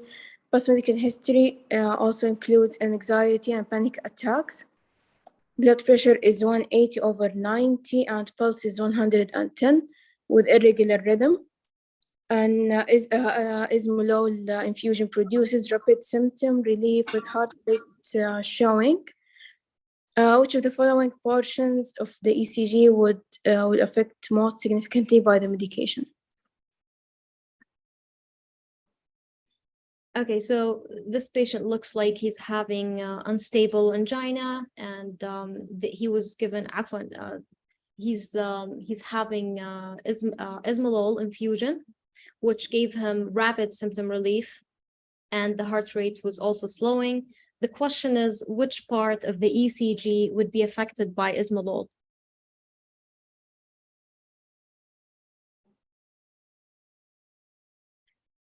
Okay, for time's sake, let's start with A. This represents the T wave. Do you think the T wave would be affected by beta blockers?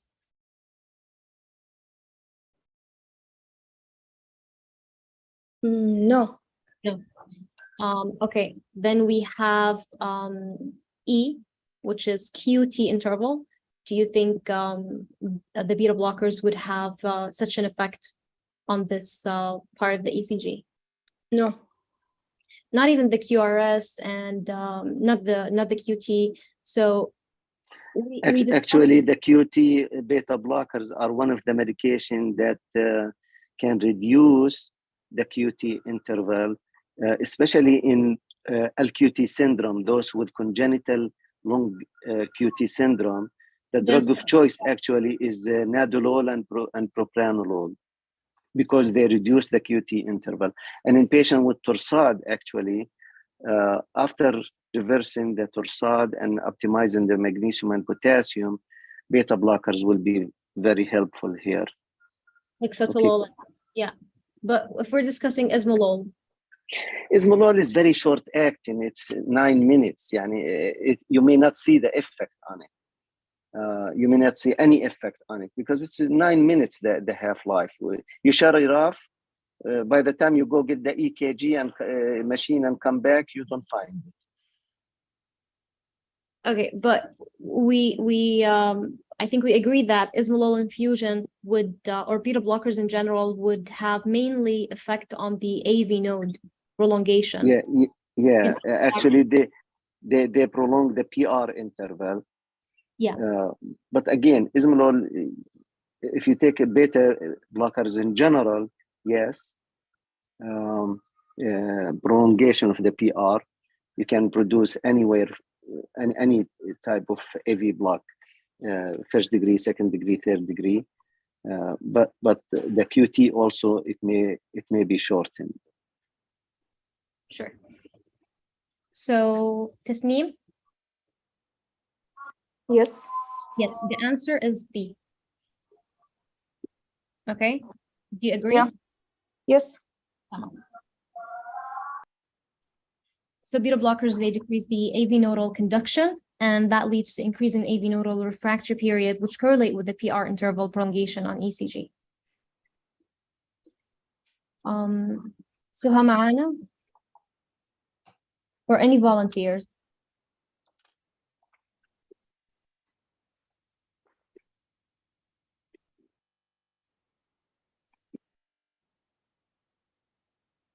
I'm here, Dr. Walid? Alex. So this 65 years old immigrant from Eastern Europe comes to the physician because of 4-week history of low-grade fever, multiple joint pains, and a well-demarcated erythematous rash on his face and trunk. The patient denies her hair loss, mucosal ulceration, or photosensitivity. His serum test is positive for the presence of anti-nuclear antibody in very high titers. The patient reports a past medical history of coronary artery disease, congestive heart failure, and cardiac rhythm abnormalities. This patient should be specifically questioned about the intake of which of the following medications.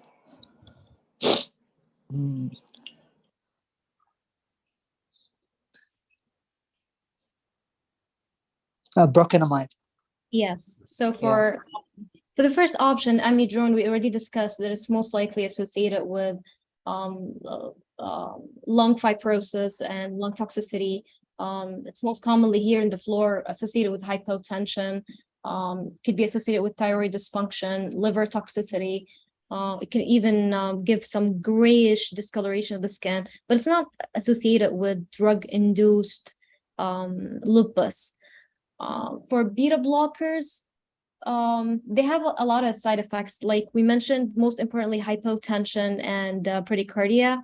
And then you have lidocaine. It's one of the antiarrhythmics that usually they don't work on arresting ECG, so we don't go with it. So it wouldn't be used in this scenario. Lidocaine is only intravenous, so the patient won't be taken. Exactly. And then we have calcium channel blocker, we have adenosine. The most appropriate answer really is brocanamide.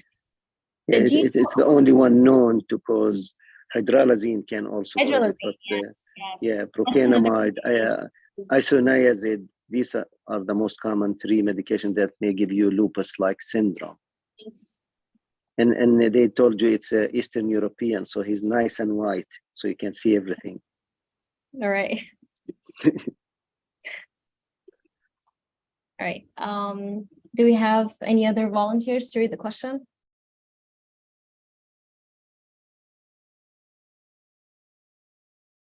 شذا موجودة؟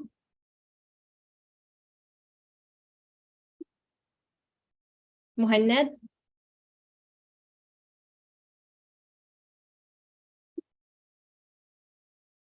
Okay. العنود.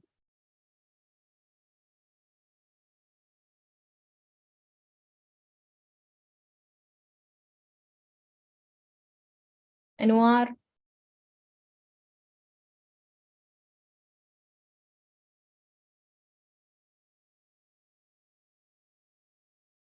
Dr. Ayat. So 50 years old man brought to ER with severe dizziness, confusion. He states that he held an episode of chest pain and took several tablets of nitroglycerin. His current medications include daily aspirin for heart attack prevention and occasional acetaminophen for headache and occasionally tadalafil for erectile dysfunction. Okay. His blood pressure is 50/20 and his heart rate is 120 beats per minute. Which of the following cellular changes is most likely responsible for this patient's symptoms? طيب, he is taking nitroglycerin and something for the erectile dysfunction. So that might, yeah, that might lead to his confusion, hypotension, dizziness, and so on. So it's I'm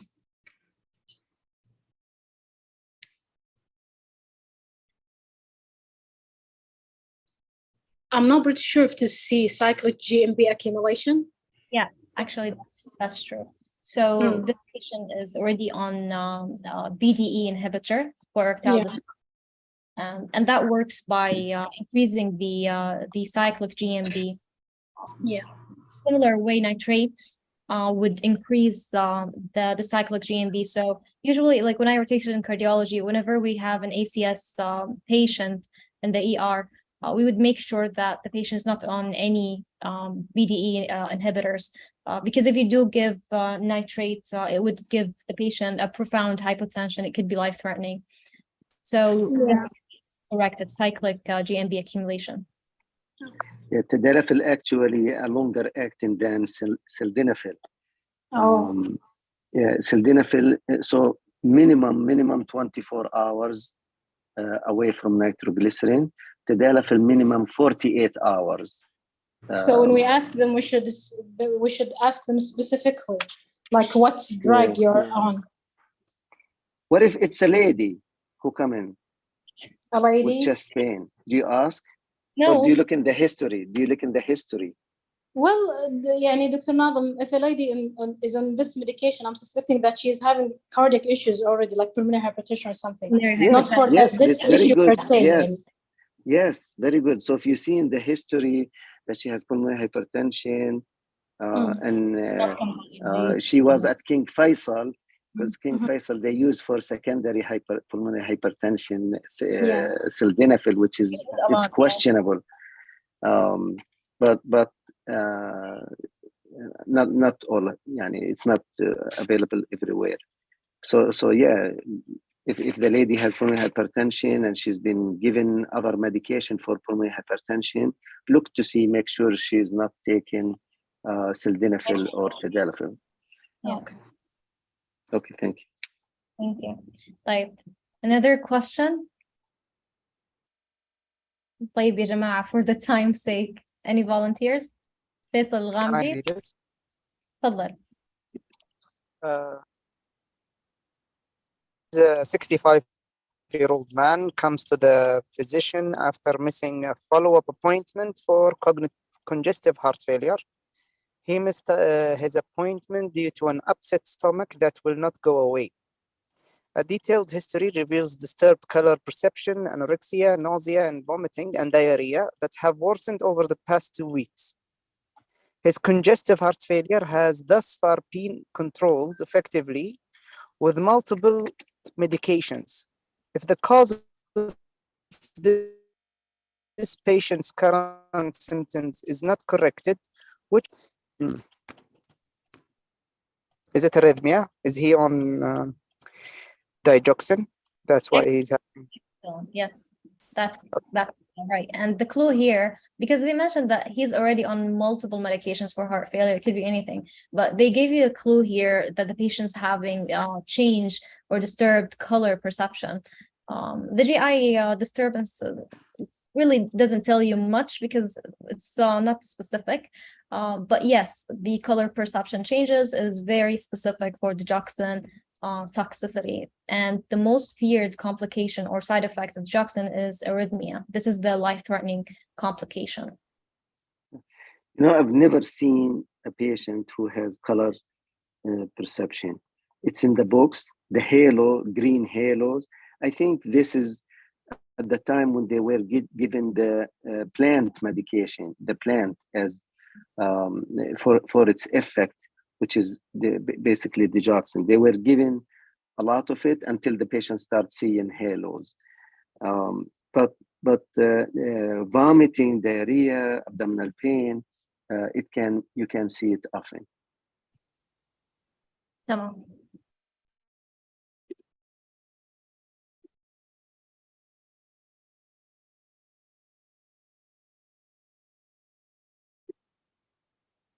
Faris. Yes. a 54-year-old man is transferred to the hospital from his cardiologist office to do atrial fibrillation with rapid ventricular response. His symptoms began 24 hours earlier with palpitations, lightheadedness, and chest tightness. The patient had similar episodes several times during the last year. Past history is notable for mitral valve repair 3 years ago for severe symptomatic mitral regurgitation. The patient undergoes direct current cardioversion due to the worsening hemodynamic instability. With a resolution of the arrhythmia and all associated symptoms, he is considering for long-term amiodarone therapy to prevent future arrhythmic episodes. Which of the following should be tested before initiating this medication? Maybe serum thyroid stimulating hormone. Yes, that's correct. So I mean, it's 40% iodine by weight. It can cause hypothyroidism due to decreased production of thyroid hormone. It can also cause hyperthyroidism due to increased thyroid hormone synthesis or destructive thyroiditis with release of preformed thyroid hormone, preformed thyroid hormone. Correct. Thank you. We're just going to complete the last bit of the presentation. It's very, very short. So for pulmonary vasodilation, nitric oxide, this is one of the inhaled agents delivered via the ventilator circuit or high flow nasal cannula. It diffuses to airway smooth muscle where the guanine monophosphate is activated, and that would cause the pulmonary vessel to dilate. Furthermore, it improves the pulmonary ventilation perfusion matching, which improves the hypoxemia. In patients after cardiac surgery, inhaled nitric oxide can be used to reduce the right ventricle afterload by decreasing pulmonary vascular resistance with improvement in the RV stroke volume. Of note, lowering pulmonary vascular resistance can precipitate an increase in LV in the left heart filling pressure by virtue of increasing the flow to the left side due to improved RV ejection.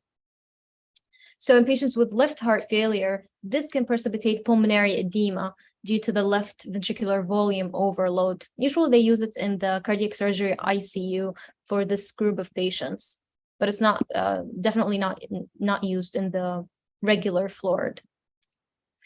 The uses after LVAD placement with RV dysfunction, heart transplant, and lung transplant.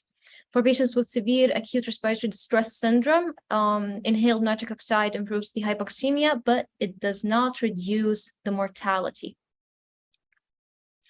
Vasoactive drugs, we'll discuss some of them. So vasoactive drugs broadly refer to the drugs that could be used to manipulate the hemodynamics, usually intra-op or early on in the post-op period.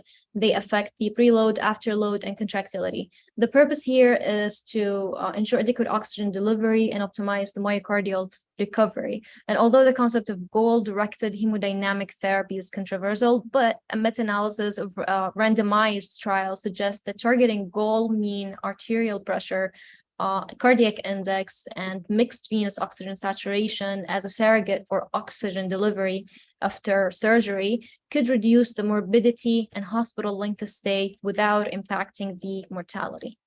The use of vasoactive agents, including pressors and inotropes, while optimizing the preload and minimizing the afterload, are usually the foundation for managing cardiac output and improving oxygen delivery in our group of patients. We have adrenaline.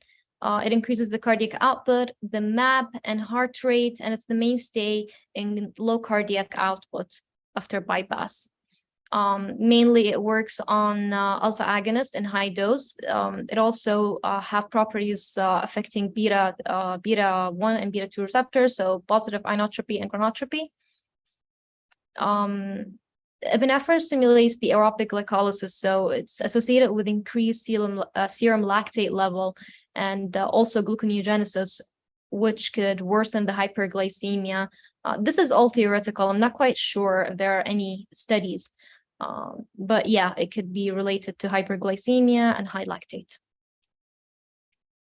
Dopamine is a catecholamine that has a dose-dependent effect, typically prescribed at a dose of 1 to 25 mics per kg a minute. The only time I see them using dopamine infusion in the ICU is when the patient's having low urine output. And even though I don't see much difference, I don't know if it's such a valid practice. So evidence suggests that low dose dopamine does not impact the post-operative kidney function, and it may be associated with more post-operative AFib. However, it's still practiced. At moderate doses, dopamine has beta agonist effects that increases heart rate and inotropy, whereas at high dose, alpha agonist effects predominate with resultant arterial vasoconstriction. So it increases the myocardial oxygen consumption. In patients with shock, including cardiogenic, hypovolemic, and distributive, there was a trend toward worse outcomes when using dopamine compared with norepi. It was statistically inferior to norepi in the treatment of cardiogenic shock. Isobutanol, so this is a pure beta agonist, predominantly increases heart rate with associated increase in contractility, absolutely no effect on alpha receptors. So whatever changes to the blood pressure, it's going to be reflex, indirect effect, and it's going to be minimal. The main clinical uses include pharmacologic overdrive basing, such as symptomatic bradycardia and preventing bradycardic-dependent arrhythmias like torsades de pointes. For dopamine, it is a beta agonist. So dopamine is like isobutanol in terms of affecting the beta receptors. However, dopamine affects beta 1 more than beta 2, which increase the heart rate and myocardial contractility, and to a less extent provide vasodilation. So it possesses both inotropic and vasodilatory properties, and it does increase the myocardial oxygen consumption. Moving on to milrinone, this is a widely used phosphodiesterase inhibitor and injector. It has peripheral and pulmonary vascular vasodilatory properties. It increases the cardiac output by increasing cardiac contractility while simultaneously reducing the RV and LV after load. In patients with cardiogenic shock, milrinone results in increased cardiac output, lower heart rate, and decreased filling pressures. It prevents the breakdown of high-energy phosphates as opposed to inducing their production, as is seen with other inotropes that stimulate beta-1 receptors. So with resultant increase in the high-energy phosphate production as a result of inhibiting their breakdown, milrinone is a logical addition to the beta agonist drugs that affect the myocardial contractility by increasing the high-energy phosphate production. Of clinical importance, it is longer half-life, 30-60 minutes, compared with catecholamines, which only work for 2-3 minutes, which makes it a preferred agent.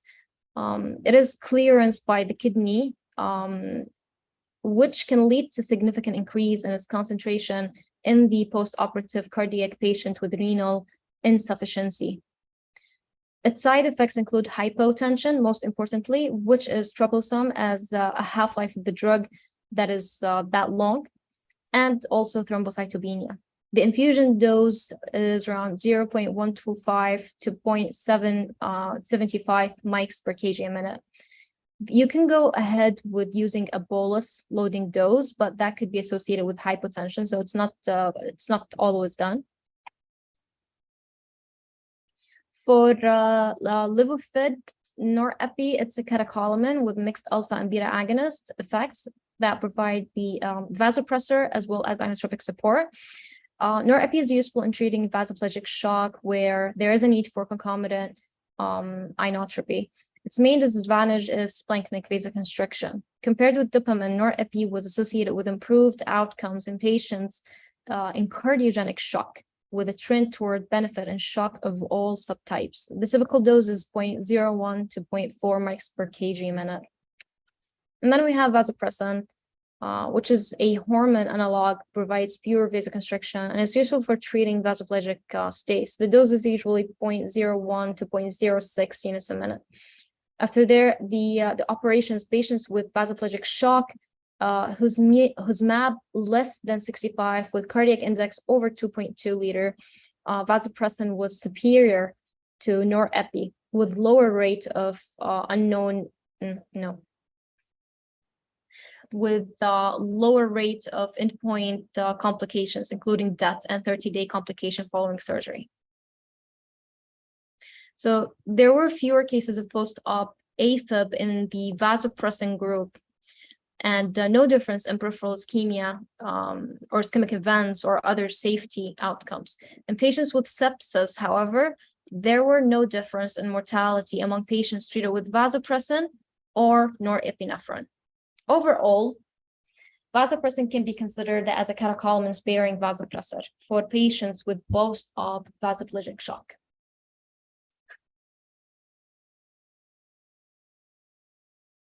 Okay, midodrine is an oral alpha agonist, and typical dosing 10 to 14 milligrams Q8 hourly can be considered for vasodilated patients, many of whom are chronically ill, and is particularly useful in the setting where patients are unable to be weaned from intravenous blood pressure support like vasopressin and norepi. So as in the case with any of the pure vasoconstrictors, a note of caution should be raised in its use, as one needs to be certain that that the cause of hypotension other than pure vasodilation like sepsis and low cardiac output.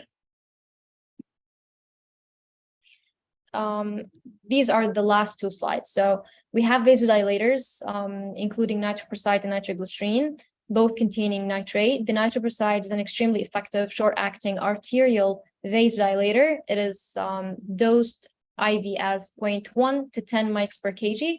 And in the patient with ischemic heart disease, nitroprusside can cause a coronary steal phenomenon, particularly for those with incomplete revascularization. It can cause intrapulmonary shunting as well by increasing the flow to ventilated alveoli with resultant hypoxia. It can also lead to cyanide toxicity, especially for those with renal بعدين تخليني أحضر المحاضرة. طيب في محاضرة؟ لا هي نفسها يسجلوها وينزلوها على اليوتيوب. بعدين أنا تقولي لي احضريها على اليوتيوب. ايوه يعني بس لازم تكوني وراي عشان تخليني اسمعها غصبا عني. لاني لو ما سمعتها زي كذا في الوقت حقها انا حيوانه ما عاد اسمعها بعد كذا. What? Continue, Nora. Like, so last medication that we will discuss is nitroglycerin. It is another intravenous vasodilator that affects both arterial as well as venous system, predominantly venodilating properties at low doses and progressive arterial vasodilating at higher doses. It's commonly used post-op in coronary bypass surgery with arterial grafts to prevent early arterial conduit spasm. Like nitroprusside, the nitroglycerin can sometimes cause increased intrapulmonary shunting with resultant hypoxemia. Okay, this is the last drug. Hydralazine, direct arteriolar vasodilator. It is useful for patients who require afterload reduction and are hemodynamically stable. It's not administered in critical cases. It's usually given post-op as long-term. On the long, like not immediately post-op. Its other advantages that it can be transitioned from IV to oral. Adverse effects include hypotension, reflex tachycardia, and rarely lupus-like syndrome, as we discussed already. Okay. Like, what do we see here? This is the blood pressure line, and this is the heart rate, and let's try to find out which are these drugs. Drug Y would increase the heart rate, but no effect on blood pressure. Drug X would increase both blood pressure and heart rate. We're talking about vasoactive drugs. Firas?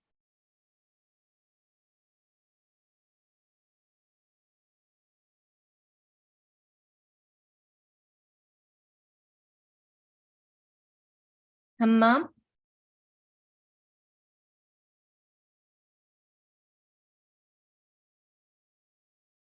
Do we have Isa?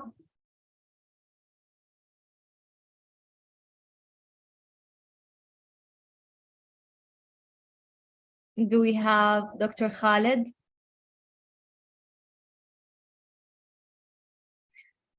Okay, so drug Y, you have increase in heart rate, but no effect on blood pressure. So it's mainly working on the beta receptors, beta 1. So this is most probably to be isopropanol. And in drug X, we see that there is increase in both those. So this could be like many medications, but let's say norepi.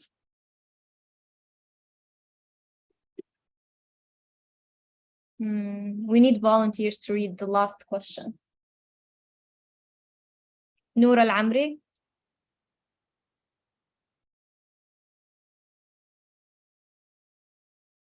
I can read it to finish quickly. So a 55-year-old man comes to the emergency department with their current episodes of retrosternal chest pain. The episodes occurred during physical activity, usually when he climbs stairs or walks uphill. The patient has no known medical problems and does not use tobacco, alcohol, or illicit drugs.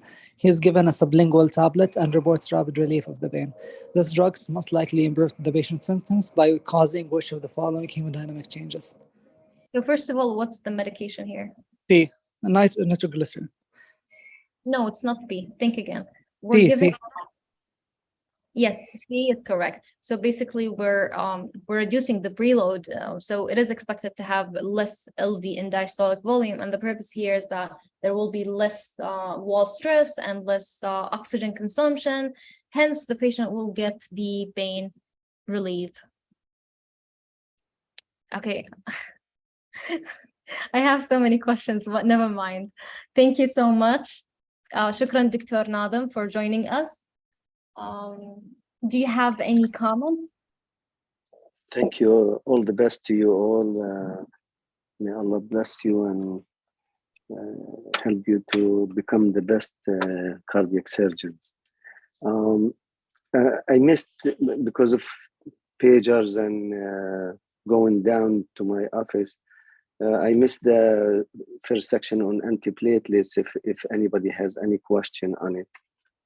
And hopefully you highlighted the holding days, number of days before surgery, especially for the P2Y12 inhibitors, clopidogrel, ticagrelor, and prasugrel. Yes, so majority to be stopped 5 days, except ticagrelor, 7 days because of the prolonged half-life. It's prasugrel. Prasugrel, sorry.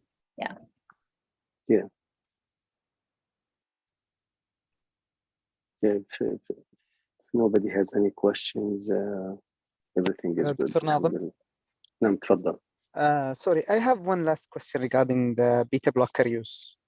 It's in the case of a young patient with valvular disease. Usually we have many patients who come with either myxomatous or rheumatic valve disease, young patient with good ejection fraction, and with this, and their symptoms just started to appear. They didn't even go into heart failure, but sometimes they come with a small dose of beta blockers. Post-operatively, they would be out of heart failure and asymptomatic, and they would still be tachycardic. There is no obvious cause, like according to my assessment. Usually, they're not anemic, not in septic, they're not infected. They don't have any problem with their thyroid, not in heart failure. Should I treat this tachycardia, especially that some young males, they would be resistant to beta blockers because they read about or experience erectile dysfunction. So should I treat this tachycardia, or is it a physiologic compensation for something I did not notice? This is very good question. The heart rate is something physiologic. If the patient is anxious, if the patient exercising, if the patient post-operatively, they tend to be tachycardic. Now, if it persists and may become inappropriate tachycardia, you may want to give something to slow him down. But remember, if the patient has mitral stenosis, it's very important to slow down the heart rate. Moderate to severe mitral stenosis, it's a fixed obstruction. So the patient needs slow heart rate to increase diastolic time to improve filling. Now, if you replace this with a mechanical valve, let's say, there is inherent mild stenosis in those patients. So I usually recommend beta blockers to all patients with mechanical mitral valve, because the area of the mechanical valve is 27 millimeter or up to 30, maybe 31. So it's not like the normal valve. So they have some form of stenosis. So they may need. Now, if it's sinus tachycardia, you really don't need to suppress it most of the time. But if it's atrial tachycardia, make sure it's not atrial tachycardia. If it's atrial, and I'm not talking about atrial fibrillation or flutter, those you will notice it. If it's atrial tachycardia, you really need to get the electrophysiologic specialist to look at it and see, maybe he will ablate it or he will recommend something else for it. But most of the time, sinus tachycardia is a physiologic thing. You really don't need to suppress it. If it becomes inappropriate sinus tachycardia, then yes. You mean the atrial tachycardia, doctor? You mean like the, I don't know, is it like the, I have heard of AVRT or AVNRT? No, that's paroxysmal supraventricular tachycardia. That's totally different. And that's very short-lived. And massaging the carotid massage or given adenosine will revert it. But those patients, sometimes they have a re-entry, needs to be ablated. But this is not what we talk. Their heart rate, usually they go to 170 to 180, 190, 220 PSVT. But sinus tachycardia or inappropriate sinus tachycardia, they're running like 110, 115, 120 all the time. I see. So you usually would block the heart, the sinus tachycardia in patient with mechanical mitral valve due to the inherent higher gradient than usual. Small valve. Yeah. Usually, it's not like the normal structure. I understand. Okay. Thank you very much, doctor. You're welcome. Any questions? يعطيك العافية يا نورة، يعطيك العافية دكتور ناظم. يعافيك. يفتح عليكم. شكرا. شكرا جزيلا دكتور ناظم، ما قصرت. شكرا. Do we have Dr. Farid? Dr. Farid, do you have any questions or comments?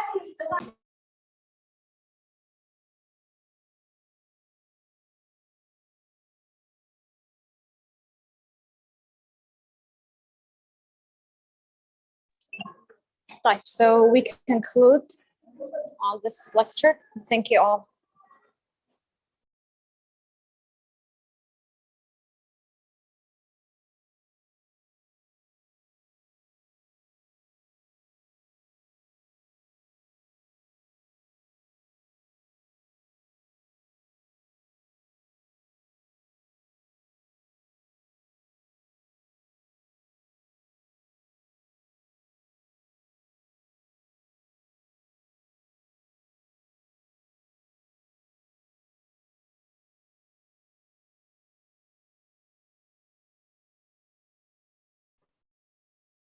Okay, thank you, Nora. Lecture will be with Dr. Faris, inshallah, General Club on 3:30.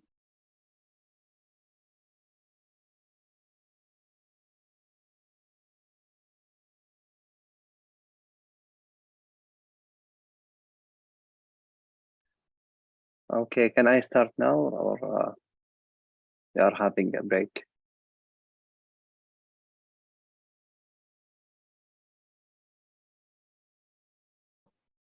Are you ready now? Yes. I think it's okay.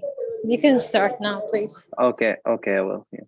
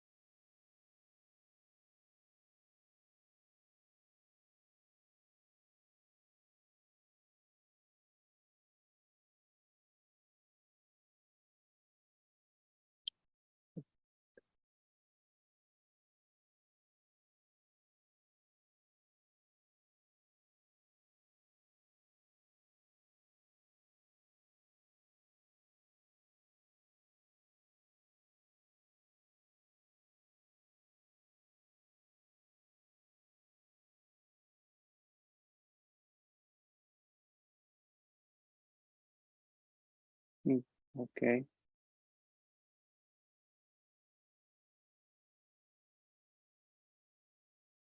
Okay, Assalamu alaikum. I'm Faris Abu Ainain, cardiac surgery resident from King Fahd Armed Forces Hospital in Jeddah.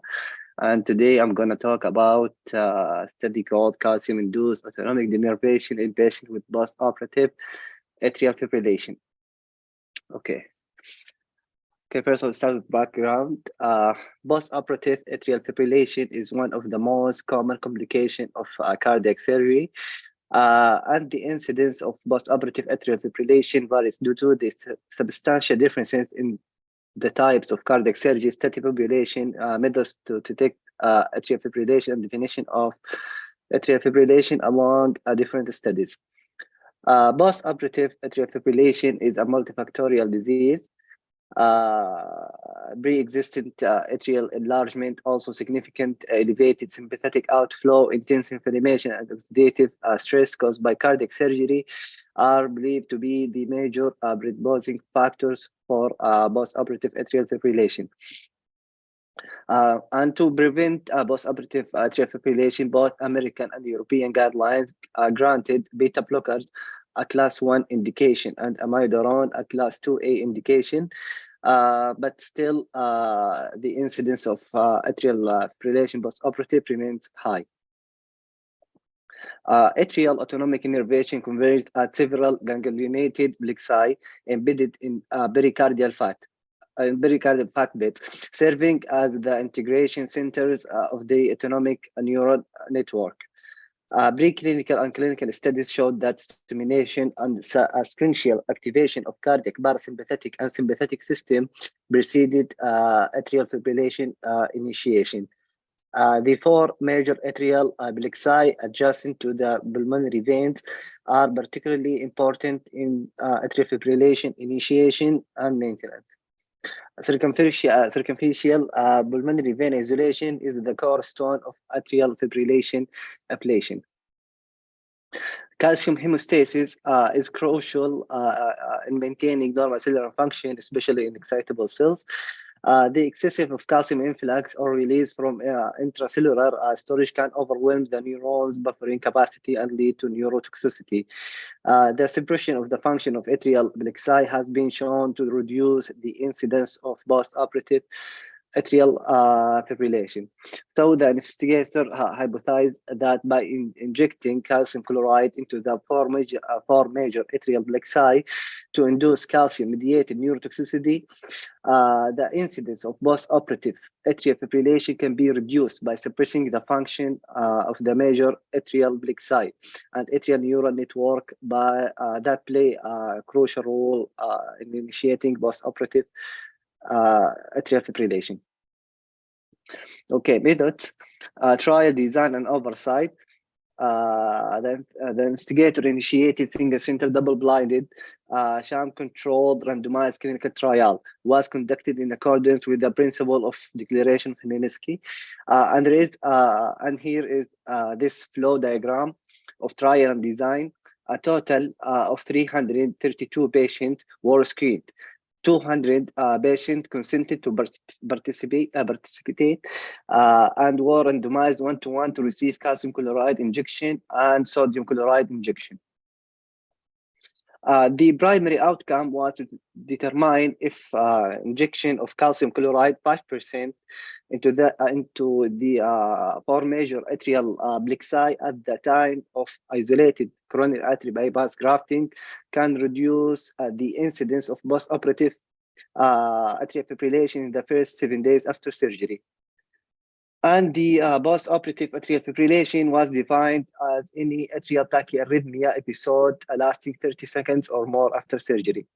Secondary outcome were determined the effects of atrial fibrillation burden during the first 7 days after surgery, length of hospitalization after surgery, average ventricular rate during atrial fibrillation, plasma level, and of inflammatory markers, including interleukin 6 and high sensitivity reactive protein, as well as the actionable anti-arrhythmic therapy to treat post-operative atrial fibrillation. Okay. Patient population. Adult patient undergoing isolated coronary artery bypass grafting were eligible for enrollment. Exclusion criteria included adult patient 80 years of 80 years of age, history of atrial fibrillation, significant mitral valvular disease, which is mitral valve area below 1.5 centimeters square, or regurgitation jet area more than 40 centimeters. Significant aortic valvular disease,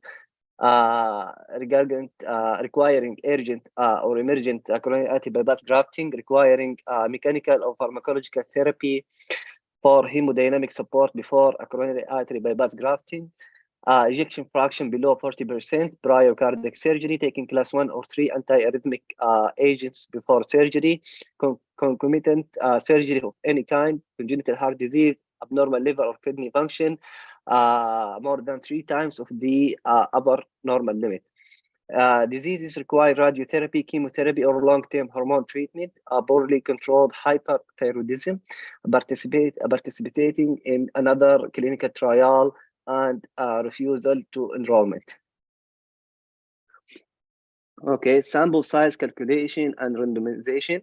Investigators determined that enrollment of 192 patients would provide a power of 80% or more to detect a 50% reduction in the post-operative atrial fibrillation incidence by calcium chloride compared with a two-sided type 1 error rate of 0.05. Investigator assumed a 35% incidence of post-operative atrial fibrillation in the sodium chloride group based on the historical post-operative atrial fibrillation incidence in the study center. Assuming a 4% dropout rate, each group required 100 patients. Eligible patients were randomly assigned to either calcium chloride group or the sodium chloride group. Intervention. This figure shows us the location of each plexi. A blip on the plexi was visible after injection. The superior left plexi is located near the junction of left superior pulmonary vein, left atrium, and left pulmonary artery. The inferior left plexi is situated at the inferior posterior left atrium below the edge of left inferior pulmonary vein. The anterior right plexus is located near the anterior aspect of right superior pulmonary vein atrial junction. The inferior right plexus is situated at the inferior posterior left atrium below the right inferior pulmonary vein. Okay, all patients underwent off-bump coronary artery bypass grafting. After bypass grafting was completed and temporary pacing wires were implanted, operators performed multi-point injection of 2 ml of 5% calcium chloride or 0.9% sodium chloride into the 4 major atrial plexi in the following order: anterior right plexus, inferior right plexus, superior left plexus, and inferior left plexus. Minimum effective dose was 0.5 millimole per liter of calcium chloride to cause any measurable suppression of the plexus function. Investigator chose 2 ml of 5% calcium chloride to avoid underdosing and to compensate for potential technical difficulties in the plexus injection on beating heart. Okay, outcome measures. After completion of the surgery, continuous telemetry monitoring and 7-day Holter monitoring were started. Continuous heart rate variability was measured for 7 days after surgery. Inflammatory markers, including high sensitivity C-reactive protein and interleukin 6, were measured the next morning after surgery. To maximize the detection of the post-operative atrial fibrillation, one of the three following means detected atrial fibrillation 30 seconds or more. It was counted as post-operative atrial fibrillation event. 1, routine 12-lead ECG. 2, continuous telemetry monitoring with full disclosure until discharge. And 3, 7-day Holter monitoring equipped with an automated algorithm for detection cardiac arrhythmia event. such as atrial fibrillation, onset, duration, and also premature atrial contraction, atrial couplets.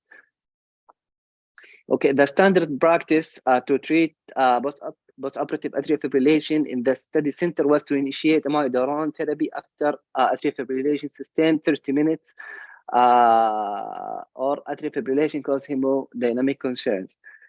If a rapid ventricular rate cause hemodynamic compromise or potential myocardial ischemia, it was treated with cardioversion or IV esmolol infusion in addition to amiodarone therapy. Okay, results between March 2018 and July 2019, a total of 332 patients were referred to the General Hospital of Northern Theater Command for bypass grafting. 200 patients gave informed consent to participate in this trial and were randomized to the calcium chloride group, number of 100, and sodium chloride group also number of 100. Also, we can see in this table baseline characteristics did not differ between the two groups. If the patient was on a beta blocker before surgery, it was continued pre-operative. No patient received other pharmacological prophylaxis for post-operative atrial fibrillations. All patients underwent successful bypass grafting without atriotomy. The number of grafts did not differ between the two groups. Under direct vision, 2 ml of calcium chloride or sodium chloride was injected into each of the 4 major atrial plexi in all patients.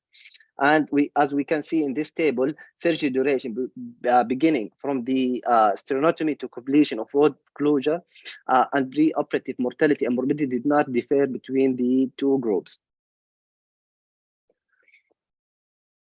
Okay, primary outcome. The final analysis included 200 patients, 100 patients in each group. All 200 patients stayed in the hospital for 7 days or more. 36 patients in the sodium chloride group and 15 patients in the calcium chloride group developed post-operative atrial fibrillation during the first 7 days after bypass grafting. The median of the first episode of post-operative atrial fibrillation occurred 45.1 hours after surgery in the sodium chloride group and 41 hours in the calcium chloride group. And we see in this figure the prevalence of post-operative atrial fibrillation was reduced from 36% to 15% in the calcium chloride group. Secondary outcomes and atrial fibrillation related measurements. The median length of hospitalization after surgery was similar between the two groups, 11 days in the sodium chloride group and 10 days in the calcium chloride group. Atrial fibrillation burden defined as the percentage of time spent in atrial fibrillation during the 7-day monitoring period following bypass grafting was significantly lower in the calcium chloride group. In the 51 patient developing atrial fibrillation, the mean burden was 10% when the atrial fibrillation burden was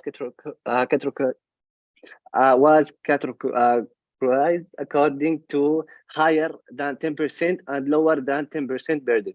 There were significantly fewer patients in the calcium chloride group in either category. The number of atrial fibrillation episodes in each patient, also number of atrial fibrillation episode more than 1 hour were significantly higher in the sodium chloride group. Okay.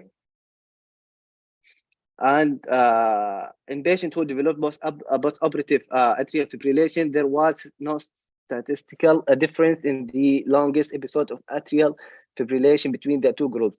And as we can see in this table, among the patients developing post-operative atrial fibrillation, 26 of 36 patients in the sodium chloride group and 11 patients of 15 patients in the calcium chloride group received amiodarone therapy.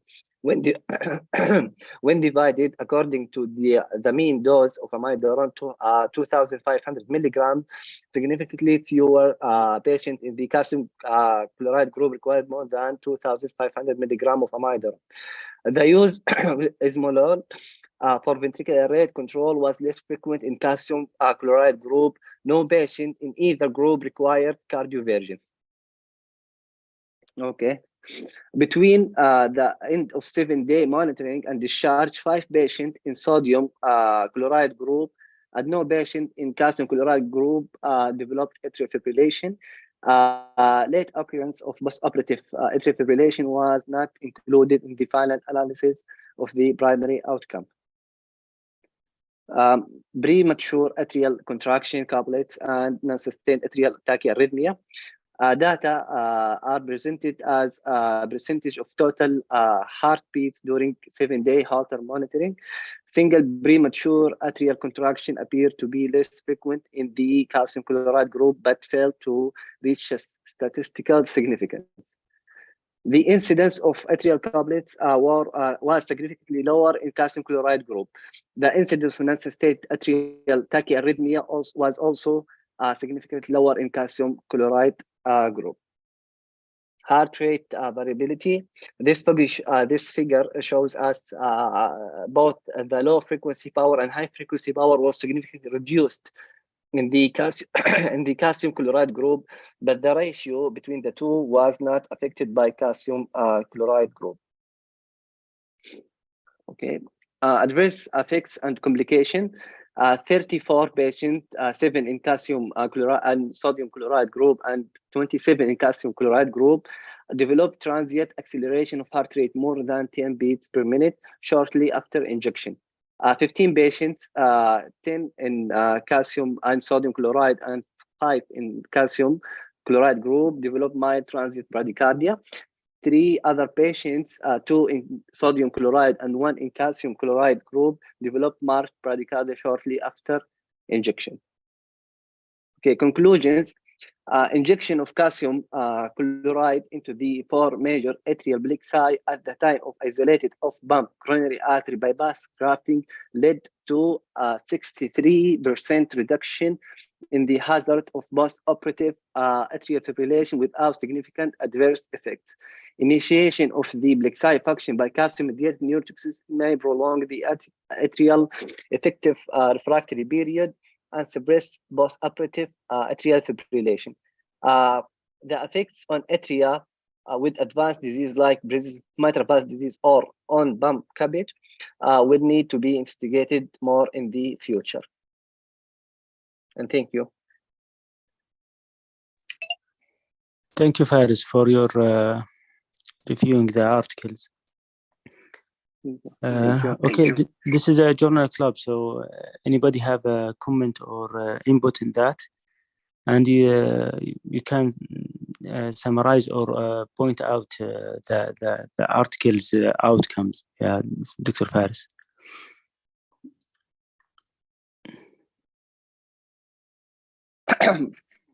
Okay. We understand from this article or this study that there is significant benefit from injection of calcium chloride into the 4 major atrial plexi post-operative to reduce the incidence of post-operative atrial fibrillation, even though without significant or major adverse effects. So we might use it in our practice. In our center, we didn't use this actually, but it is interesting study. I just learned about it. I might inform our. Yes, let's discuss it from the beginning. They chose off-pump CABG. Why they, in your mind, why they choose off-pump CABG?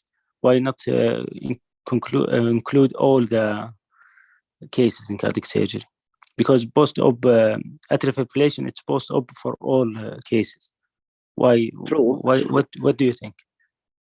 Maybe because of less complicated patients. They started with this, and they also mentioned that with advanced disease or on-pump coronary bypass grafting need to be investigated more. Maybe that's why.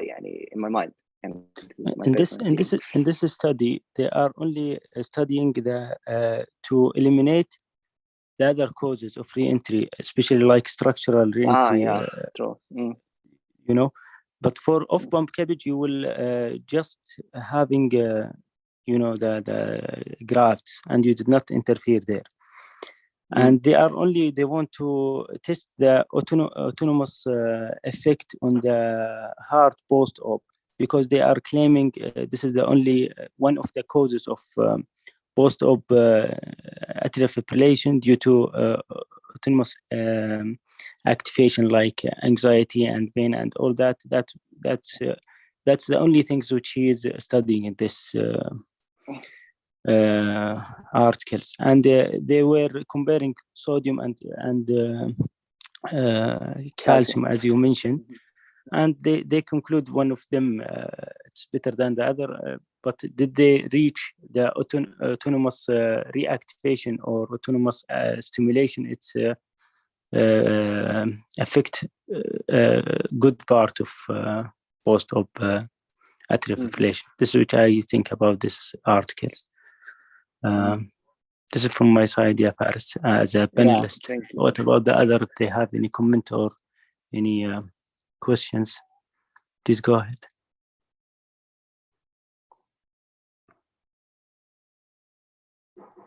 شكرا، يعطيك العافية. الله يعافيك، شكرا والله.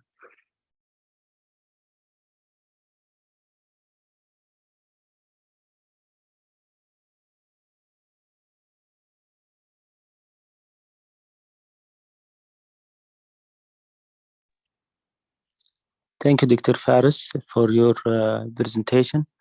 And I comment from my side. The other, I think they don't have. So I thank all of presenter today and all the audience.